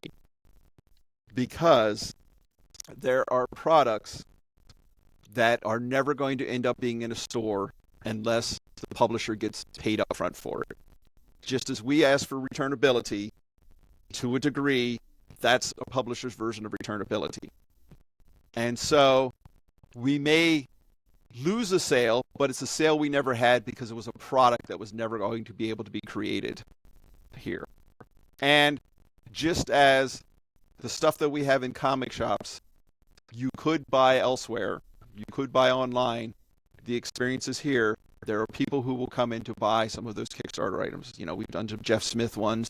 We're going to do the Discworld one or things like that. And some of the publishers are trying to do right by the retailers in that by offering the level to get that product in here. So I'm not saying Kickstarter is great for the industry, but I think to a degree it's a little bit like digital comics where it's not the end of the industry. It's just another tool in everybody's quiver that we can tap into. Webtoons in print sells, and that's what we need to be tapping into to realize that all of us need to change. The same model is not going to work forever. So, hallelujah. I do hope you don't wake up tomorrow and ask me to take that bit out, because I could not agree more. Yeah. Comics publishers are facing just as difficult a time, and they have had to, by necessity, create direct-to-consumer channels. Kickstarter has been a wonderful tool for creating that for many publishers. There are many publishers that would not be around today except for Kickstarter, right? They would not be available to create product for the direct market except that Kickstarter was able to save them. So I cannot agree with you more on that. And I love that you said it. So I hope that sentiment stays in.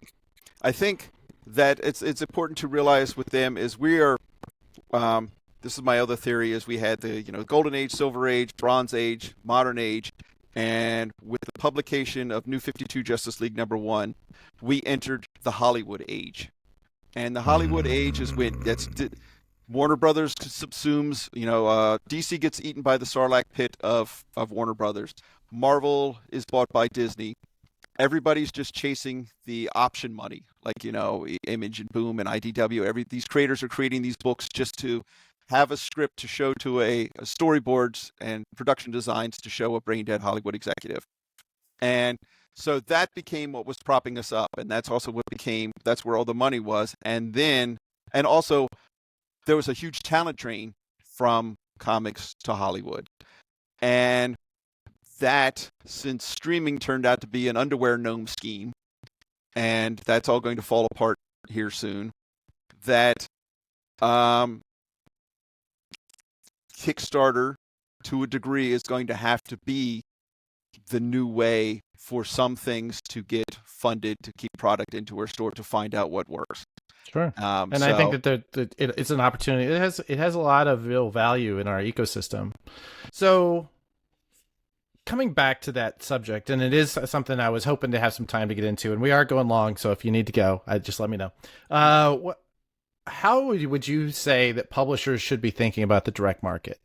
We're in a period now where there was a time when, everybody's two favorite dynamic duo at DC, Bob and Paul, right?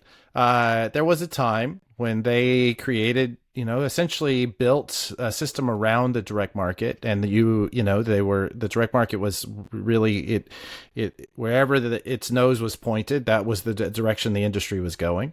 We have since seen a fracturing, not only in our distribution models, but also in our publishing models. Loss of a lot of institutional knowledge. Absolutely. Tons of institutional Hmm. knowledge. People are creating systems now for problems that they see that have already been, problems have long been fixed, but they're essentially creating new problems because they don't know Hmm. how those old ones were fixed. Exactly. Um, so, how would you think in this day and age publishers should think about retailers? Right before this call, let me just give you an example of what I'm talking about. Right before this call, I was talking to someone who contacted my company, Prana Direct Market Solutions. That is a plug to kind of help him sell into the direct market. We were talking about what that landscape looks like right now, and this is someone with a very established brand. Like they have, I've done tons of projects before. He has some name recognition, but not really knowing how to communicate to retailers anymore, not knowing how to get comics on shelves anymore. And this is someone who can put butts in seats, right? Right. When they do a Kickstarter, it sells. So the question becomes, why is the direct market still relevant for this creator? And so that's, I think, really at its base, what I'm looking for is what is the relevancy of the direct market? Not that I don't believe there is some. I'm looking to hear your answer, and how can publishers, creators, people who have something to sell in this realm, how should they be thinking about your stores? This is a question I have um, thought about, but never quite come up with an answer. But I've sort of asked this same question years ago when there was this sort of nascent kids love comics um, movement or organization was just sort of starting. And I was like, I don't know if going through Diamond and trying to launch these titles is necessarily the best route to go Right. because you need to, Um, but um, it's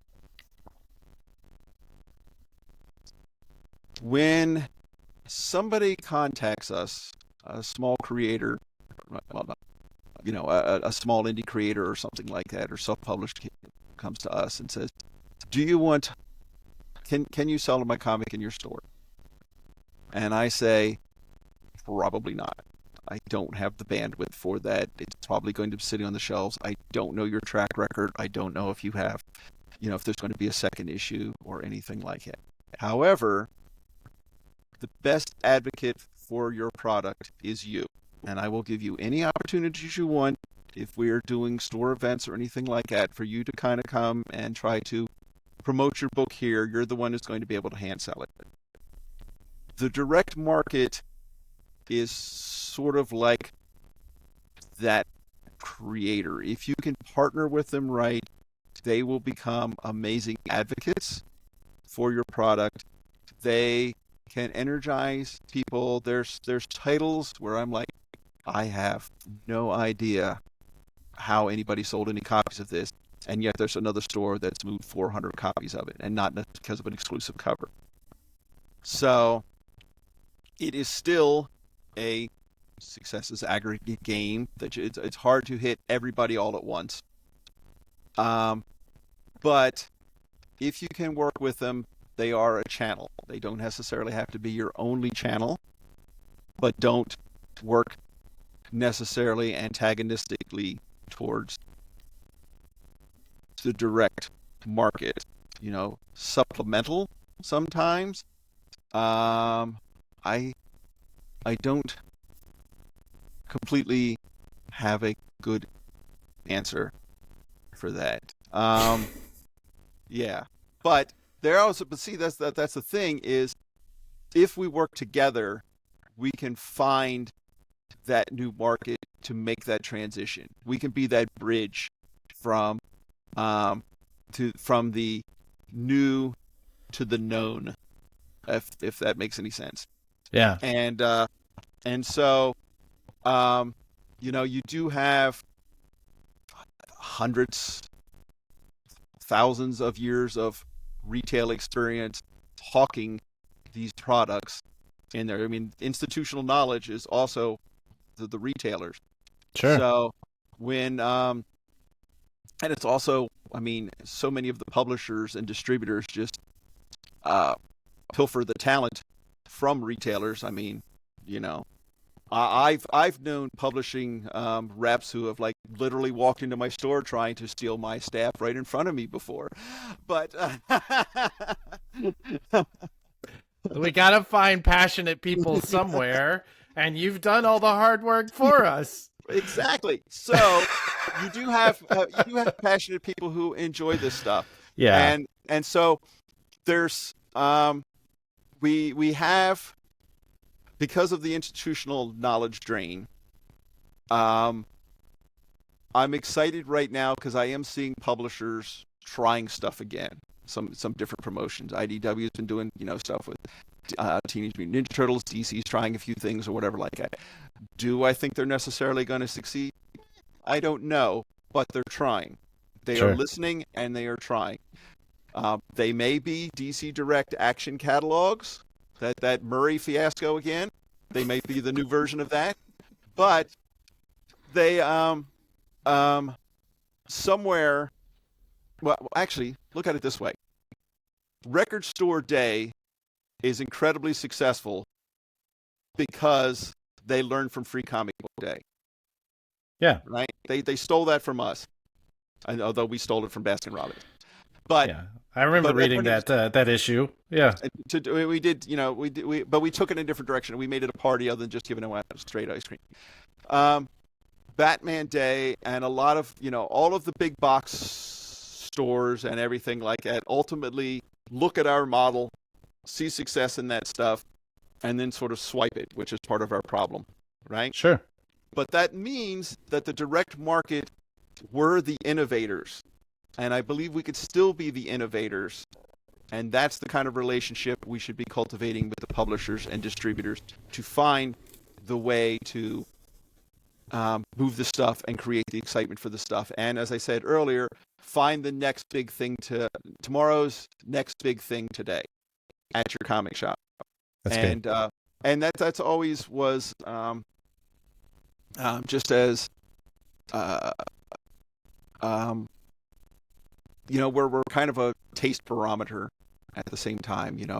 You throw these comics out here. I mean, with Marvel, it was definitely trying different versions of characters and everything like that to see what sticks.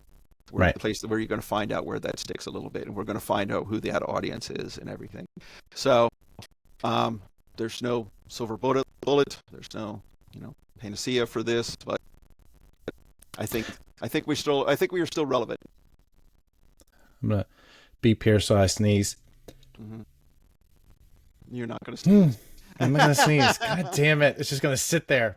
All right, I'm leaving that in. Steph, you leave that part in. All right. So, it's interesting. As you're talking, I realized, much of what you're saying reflects what I tell publishers generally, which is, one of the best advocates you can have is a comic shop, as a hand seller.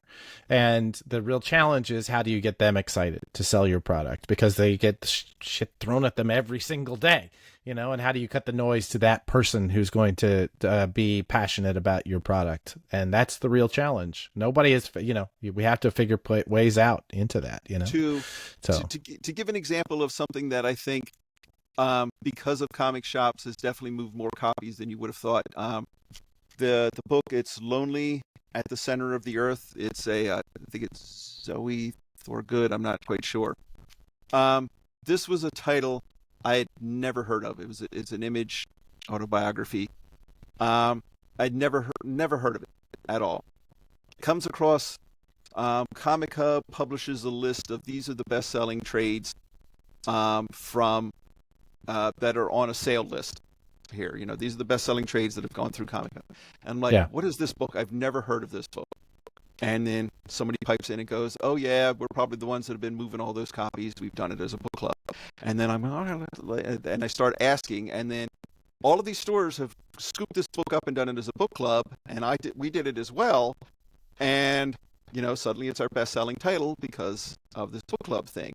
Whereas it probably hasn't sold many copies necessarily at Barnes & Noble or something, because this little community latched onto it and spread the word, and then told two friends, and they told two friends, and they told two friends, and everything. So Yeah. All right. All right, I'm giving you. You've given me a lot of time here, so I'm gonna give you a gift. Right. Okay. This is a magic wand. You'll see it right in front of you. You may not see it. It's only partially visible. Okay. But this magic wand is going to allow you to do a few things. Hmm. So I want you to use this magic wand right now, and I want you to erase a belief that, say, the general public or our industry or whoever has about comic shops. Something you feel is not serving, but is still persistent.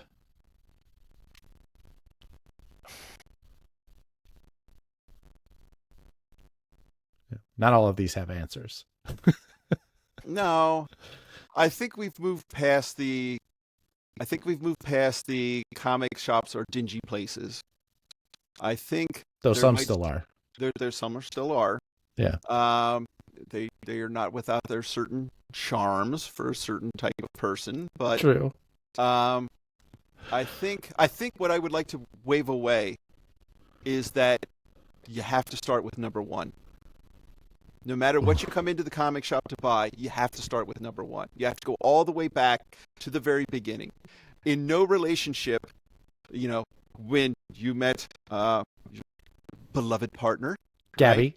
Yeah, Gabby. sure. When Yeah, you yeah. met Gabby, did you have to go back and watch her life from day one in order to be able to interact with her and understand her story of the day you met? No. Listen, man. We're not gonna get into my kink shaming now. This is not. But I mean, so you can jump into shows. It used to be the joy of getting a comic. I jumped into the Legion of Superheroes, and if there's ever a title that had, was X Oh my God! Right. was Chris Claremontian in its Byzantineness, that was the title, and you go work it forward, and you kind of, feeds into the collector thing.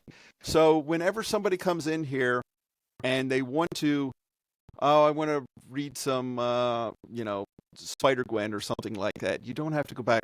Trying to keep track of where to start reading Miles Morales. Yeah. That's horrible. Yeah. So pick it up anywhere. You don't have to go back to number one. You could start anywhere and move from there. If I could wipe that out of everybody's head as they walked into a comic shop, my life would be much, much better. What is one belief of comics retailers? So a belief that comics retailers hold that you wish you could erase. Um, that other members, other people in the industry are conspiring against us. Actively conspiring against us. What is one skill you would teach all retailers to survive the next few years and thrive? Just thrive in the next few years. To thrive in the next few years. Make sure that there are people younger than you that you trust helping you make decisions. That's real good. Mm-hmm. I'm going to put that to anybody. And frankly, I feel like you're talking to me because I'm thinking about it. My team is, they're experienced, So is mine. but yeah. And we just lost, somebody who I think was, was definitely a different demographic than me, definitely a different mindset than me, but I learned tremendously from and I miss. Yeah. So. All right. What is one lesson that you would teach publishers and distributors about the direct market and about the work that you do?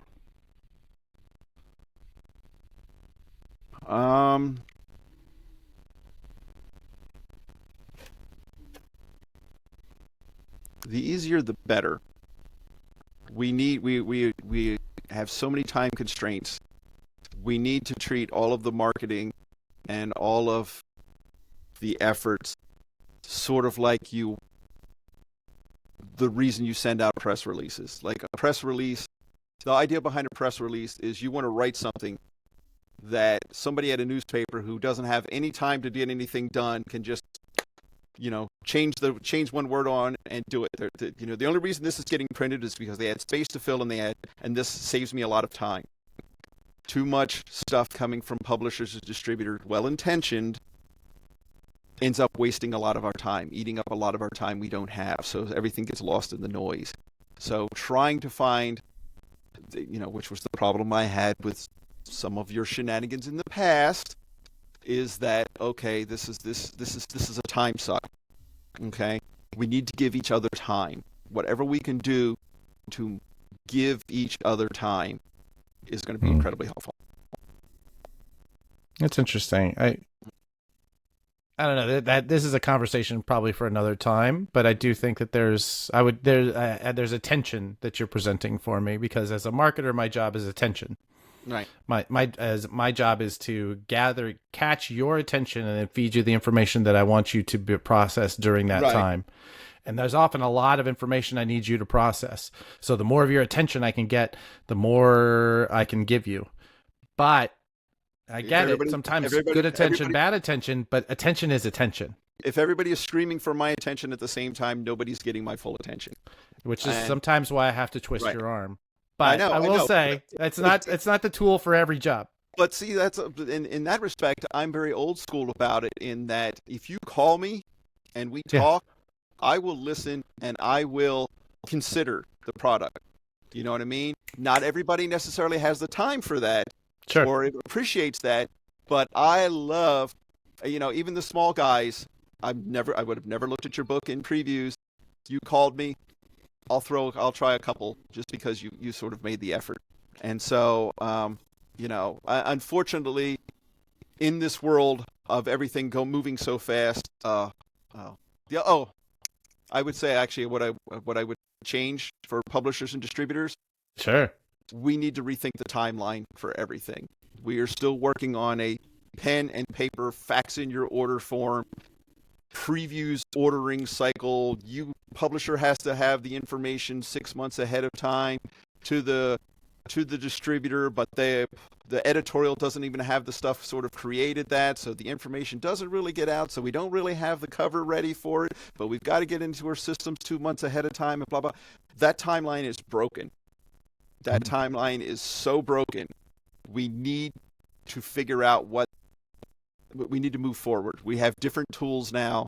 We need to find a different way to do that. And I think that's something that publishers and distributors and retailers need to work together. I think we're using an analog timeline in a digital world. Is that timeline too long? The timeline is it allows for things to be too sloppy, in that you can solicit stuff that you don't know anything about yet, right? And then you can change things at the last second and create problems doing that way. And then a lot of the steps are wrong because it's leaking out to the world before we have the information. And so I don't think it is in line with everybody's actual physical publishing, editorial, creating calendar. And so I think it's trying to fit a round peg into a square peg into a round hole these days. And I think there's something better out there. Because there might be, but I think you might also, just knowing how those mechanics work, I think you're going to have many stakeholders in this conversation. Yes, absolutely. And they are not just publishers, distributors, and retailers inside of the direct market. Creators. There's the book market, there's the creators, there's there's tons of stakeholders now that all have their own needs. And so I think that you're going to really struggle to find that new ideal timeline. Well, I think that's the thing. We're in a world where we're in a industry now where we are transitioning. We're kind of halfway between the book market thing where we're doing seasons ahead of time, 6 months ahead of time, but we're also no 9. 9? Okay. 9 months ahead of time at best.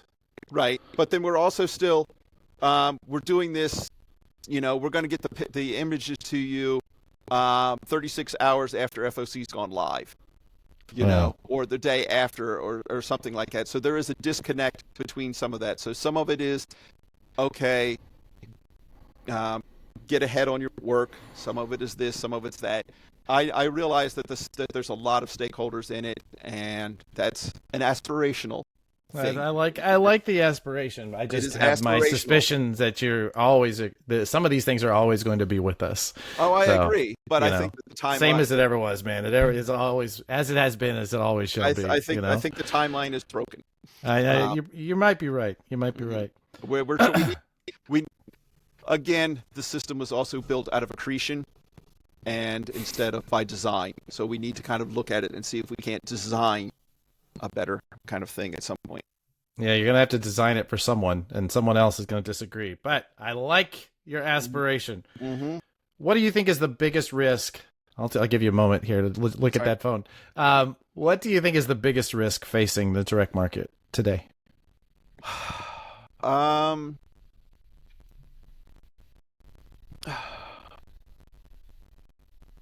aging out. Aging out who? When we did the Comics Pro survey, and that half of the retailers are over 50, Sure. or more, or whatever like that. So aging out.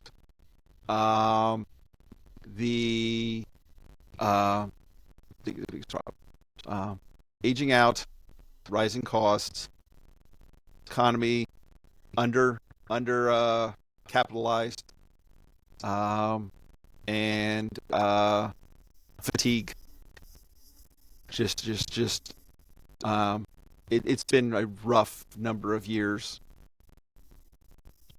You know, there's been problems in all of this. Not I can't gesture outside of my store, but all of this is just has been a hot mess, and so there's just this fatigue that we just want a week, a year, a normal thing. We want to be able to rub 2 days together and have a normal day without a different fire. So there's just this fatigue from all the firefighting, and so that actually affects morale, and that also affects our ability to pivot and our ability to um, see opportunity and move forward with hope. Um, and speaking of hope, what gives you hope? What gives me hope? Um, what gives me hope?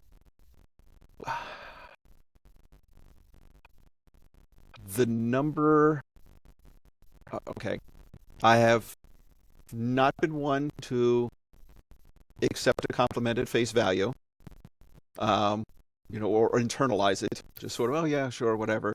Earlier on when you were saying something about, people were saying good things about me on the Facebook thing, my response to that is always, rumors of my contributions are greatly exaggerated. um, I find but that very hard to believe. I know plenty of people who would not have gotten that response. Let's put it that way. but but Hmm. knowing that this store, this industry, this business gives so many people a safe space, a happy place, a place for them to get away from it all. When we have customers come in and that they had a bad day, but you come in and you take care of them and everything like that, and then they head home and then they're posting on social media.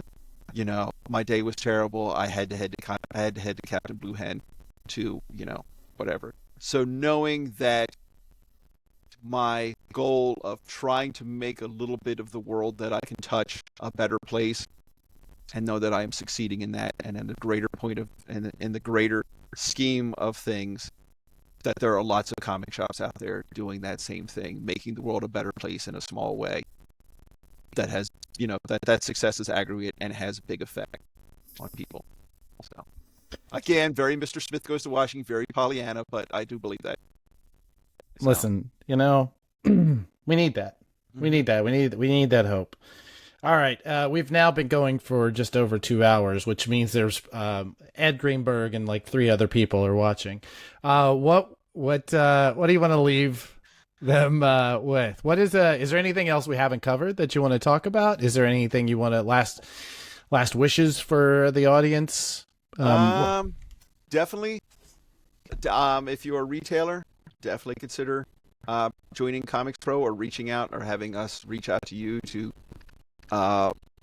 explain Comics Pro to you. That meeting each year is amazing. It's the only place anymore where you're going to get everybody in the room, all the players in a room anymore. You're hard pressed to find that, you know. At least unless it's a bar at San Diego or New York. You will get And many of then those which bar, right? That's always exactly, that's the problem. yeah, And are they going to be and are they going to be able to hear each other? yeah. And definitely consider Comics Pro. Find your bliss. Try to find something in here, that you enjoy. That there's a reason for you to continue to do this. And I don't know. Take care of yourself. You can't take care of others unless you take care of yourself. That's why you got to put the oxygen mask on first.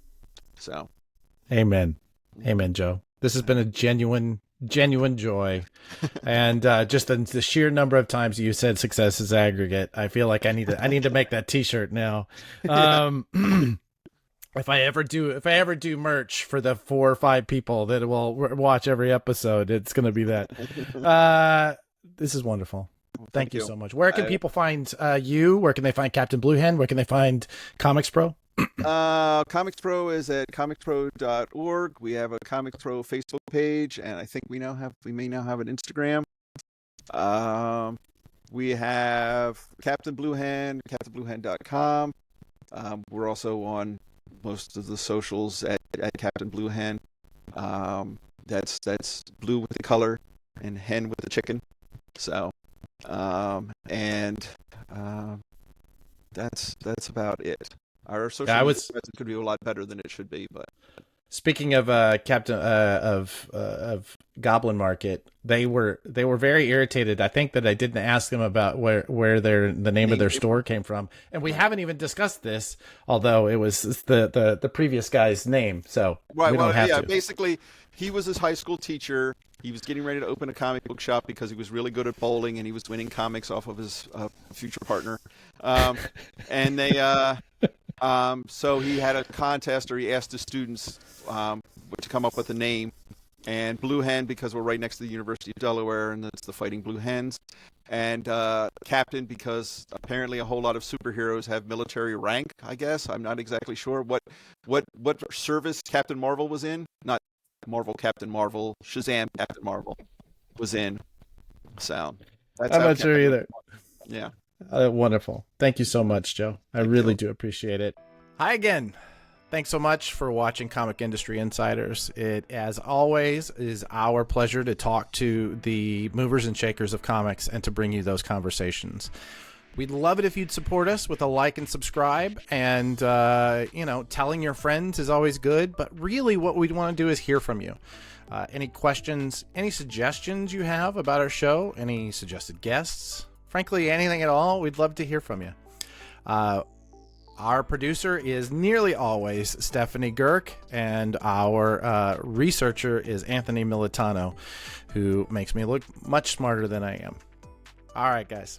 Thanks so much. Namaste, y'all.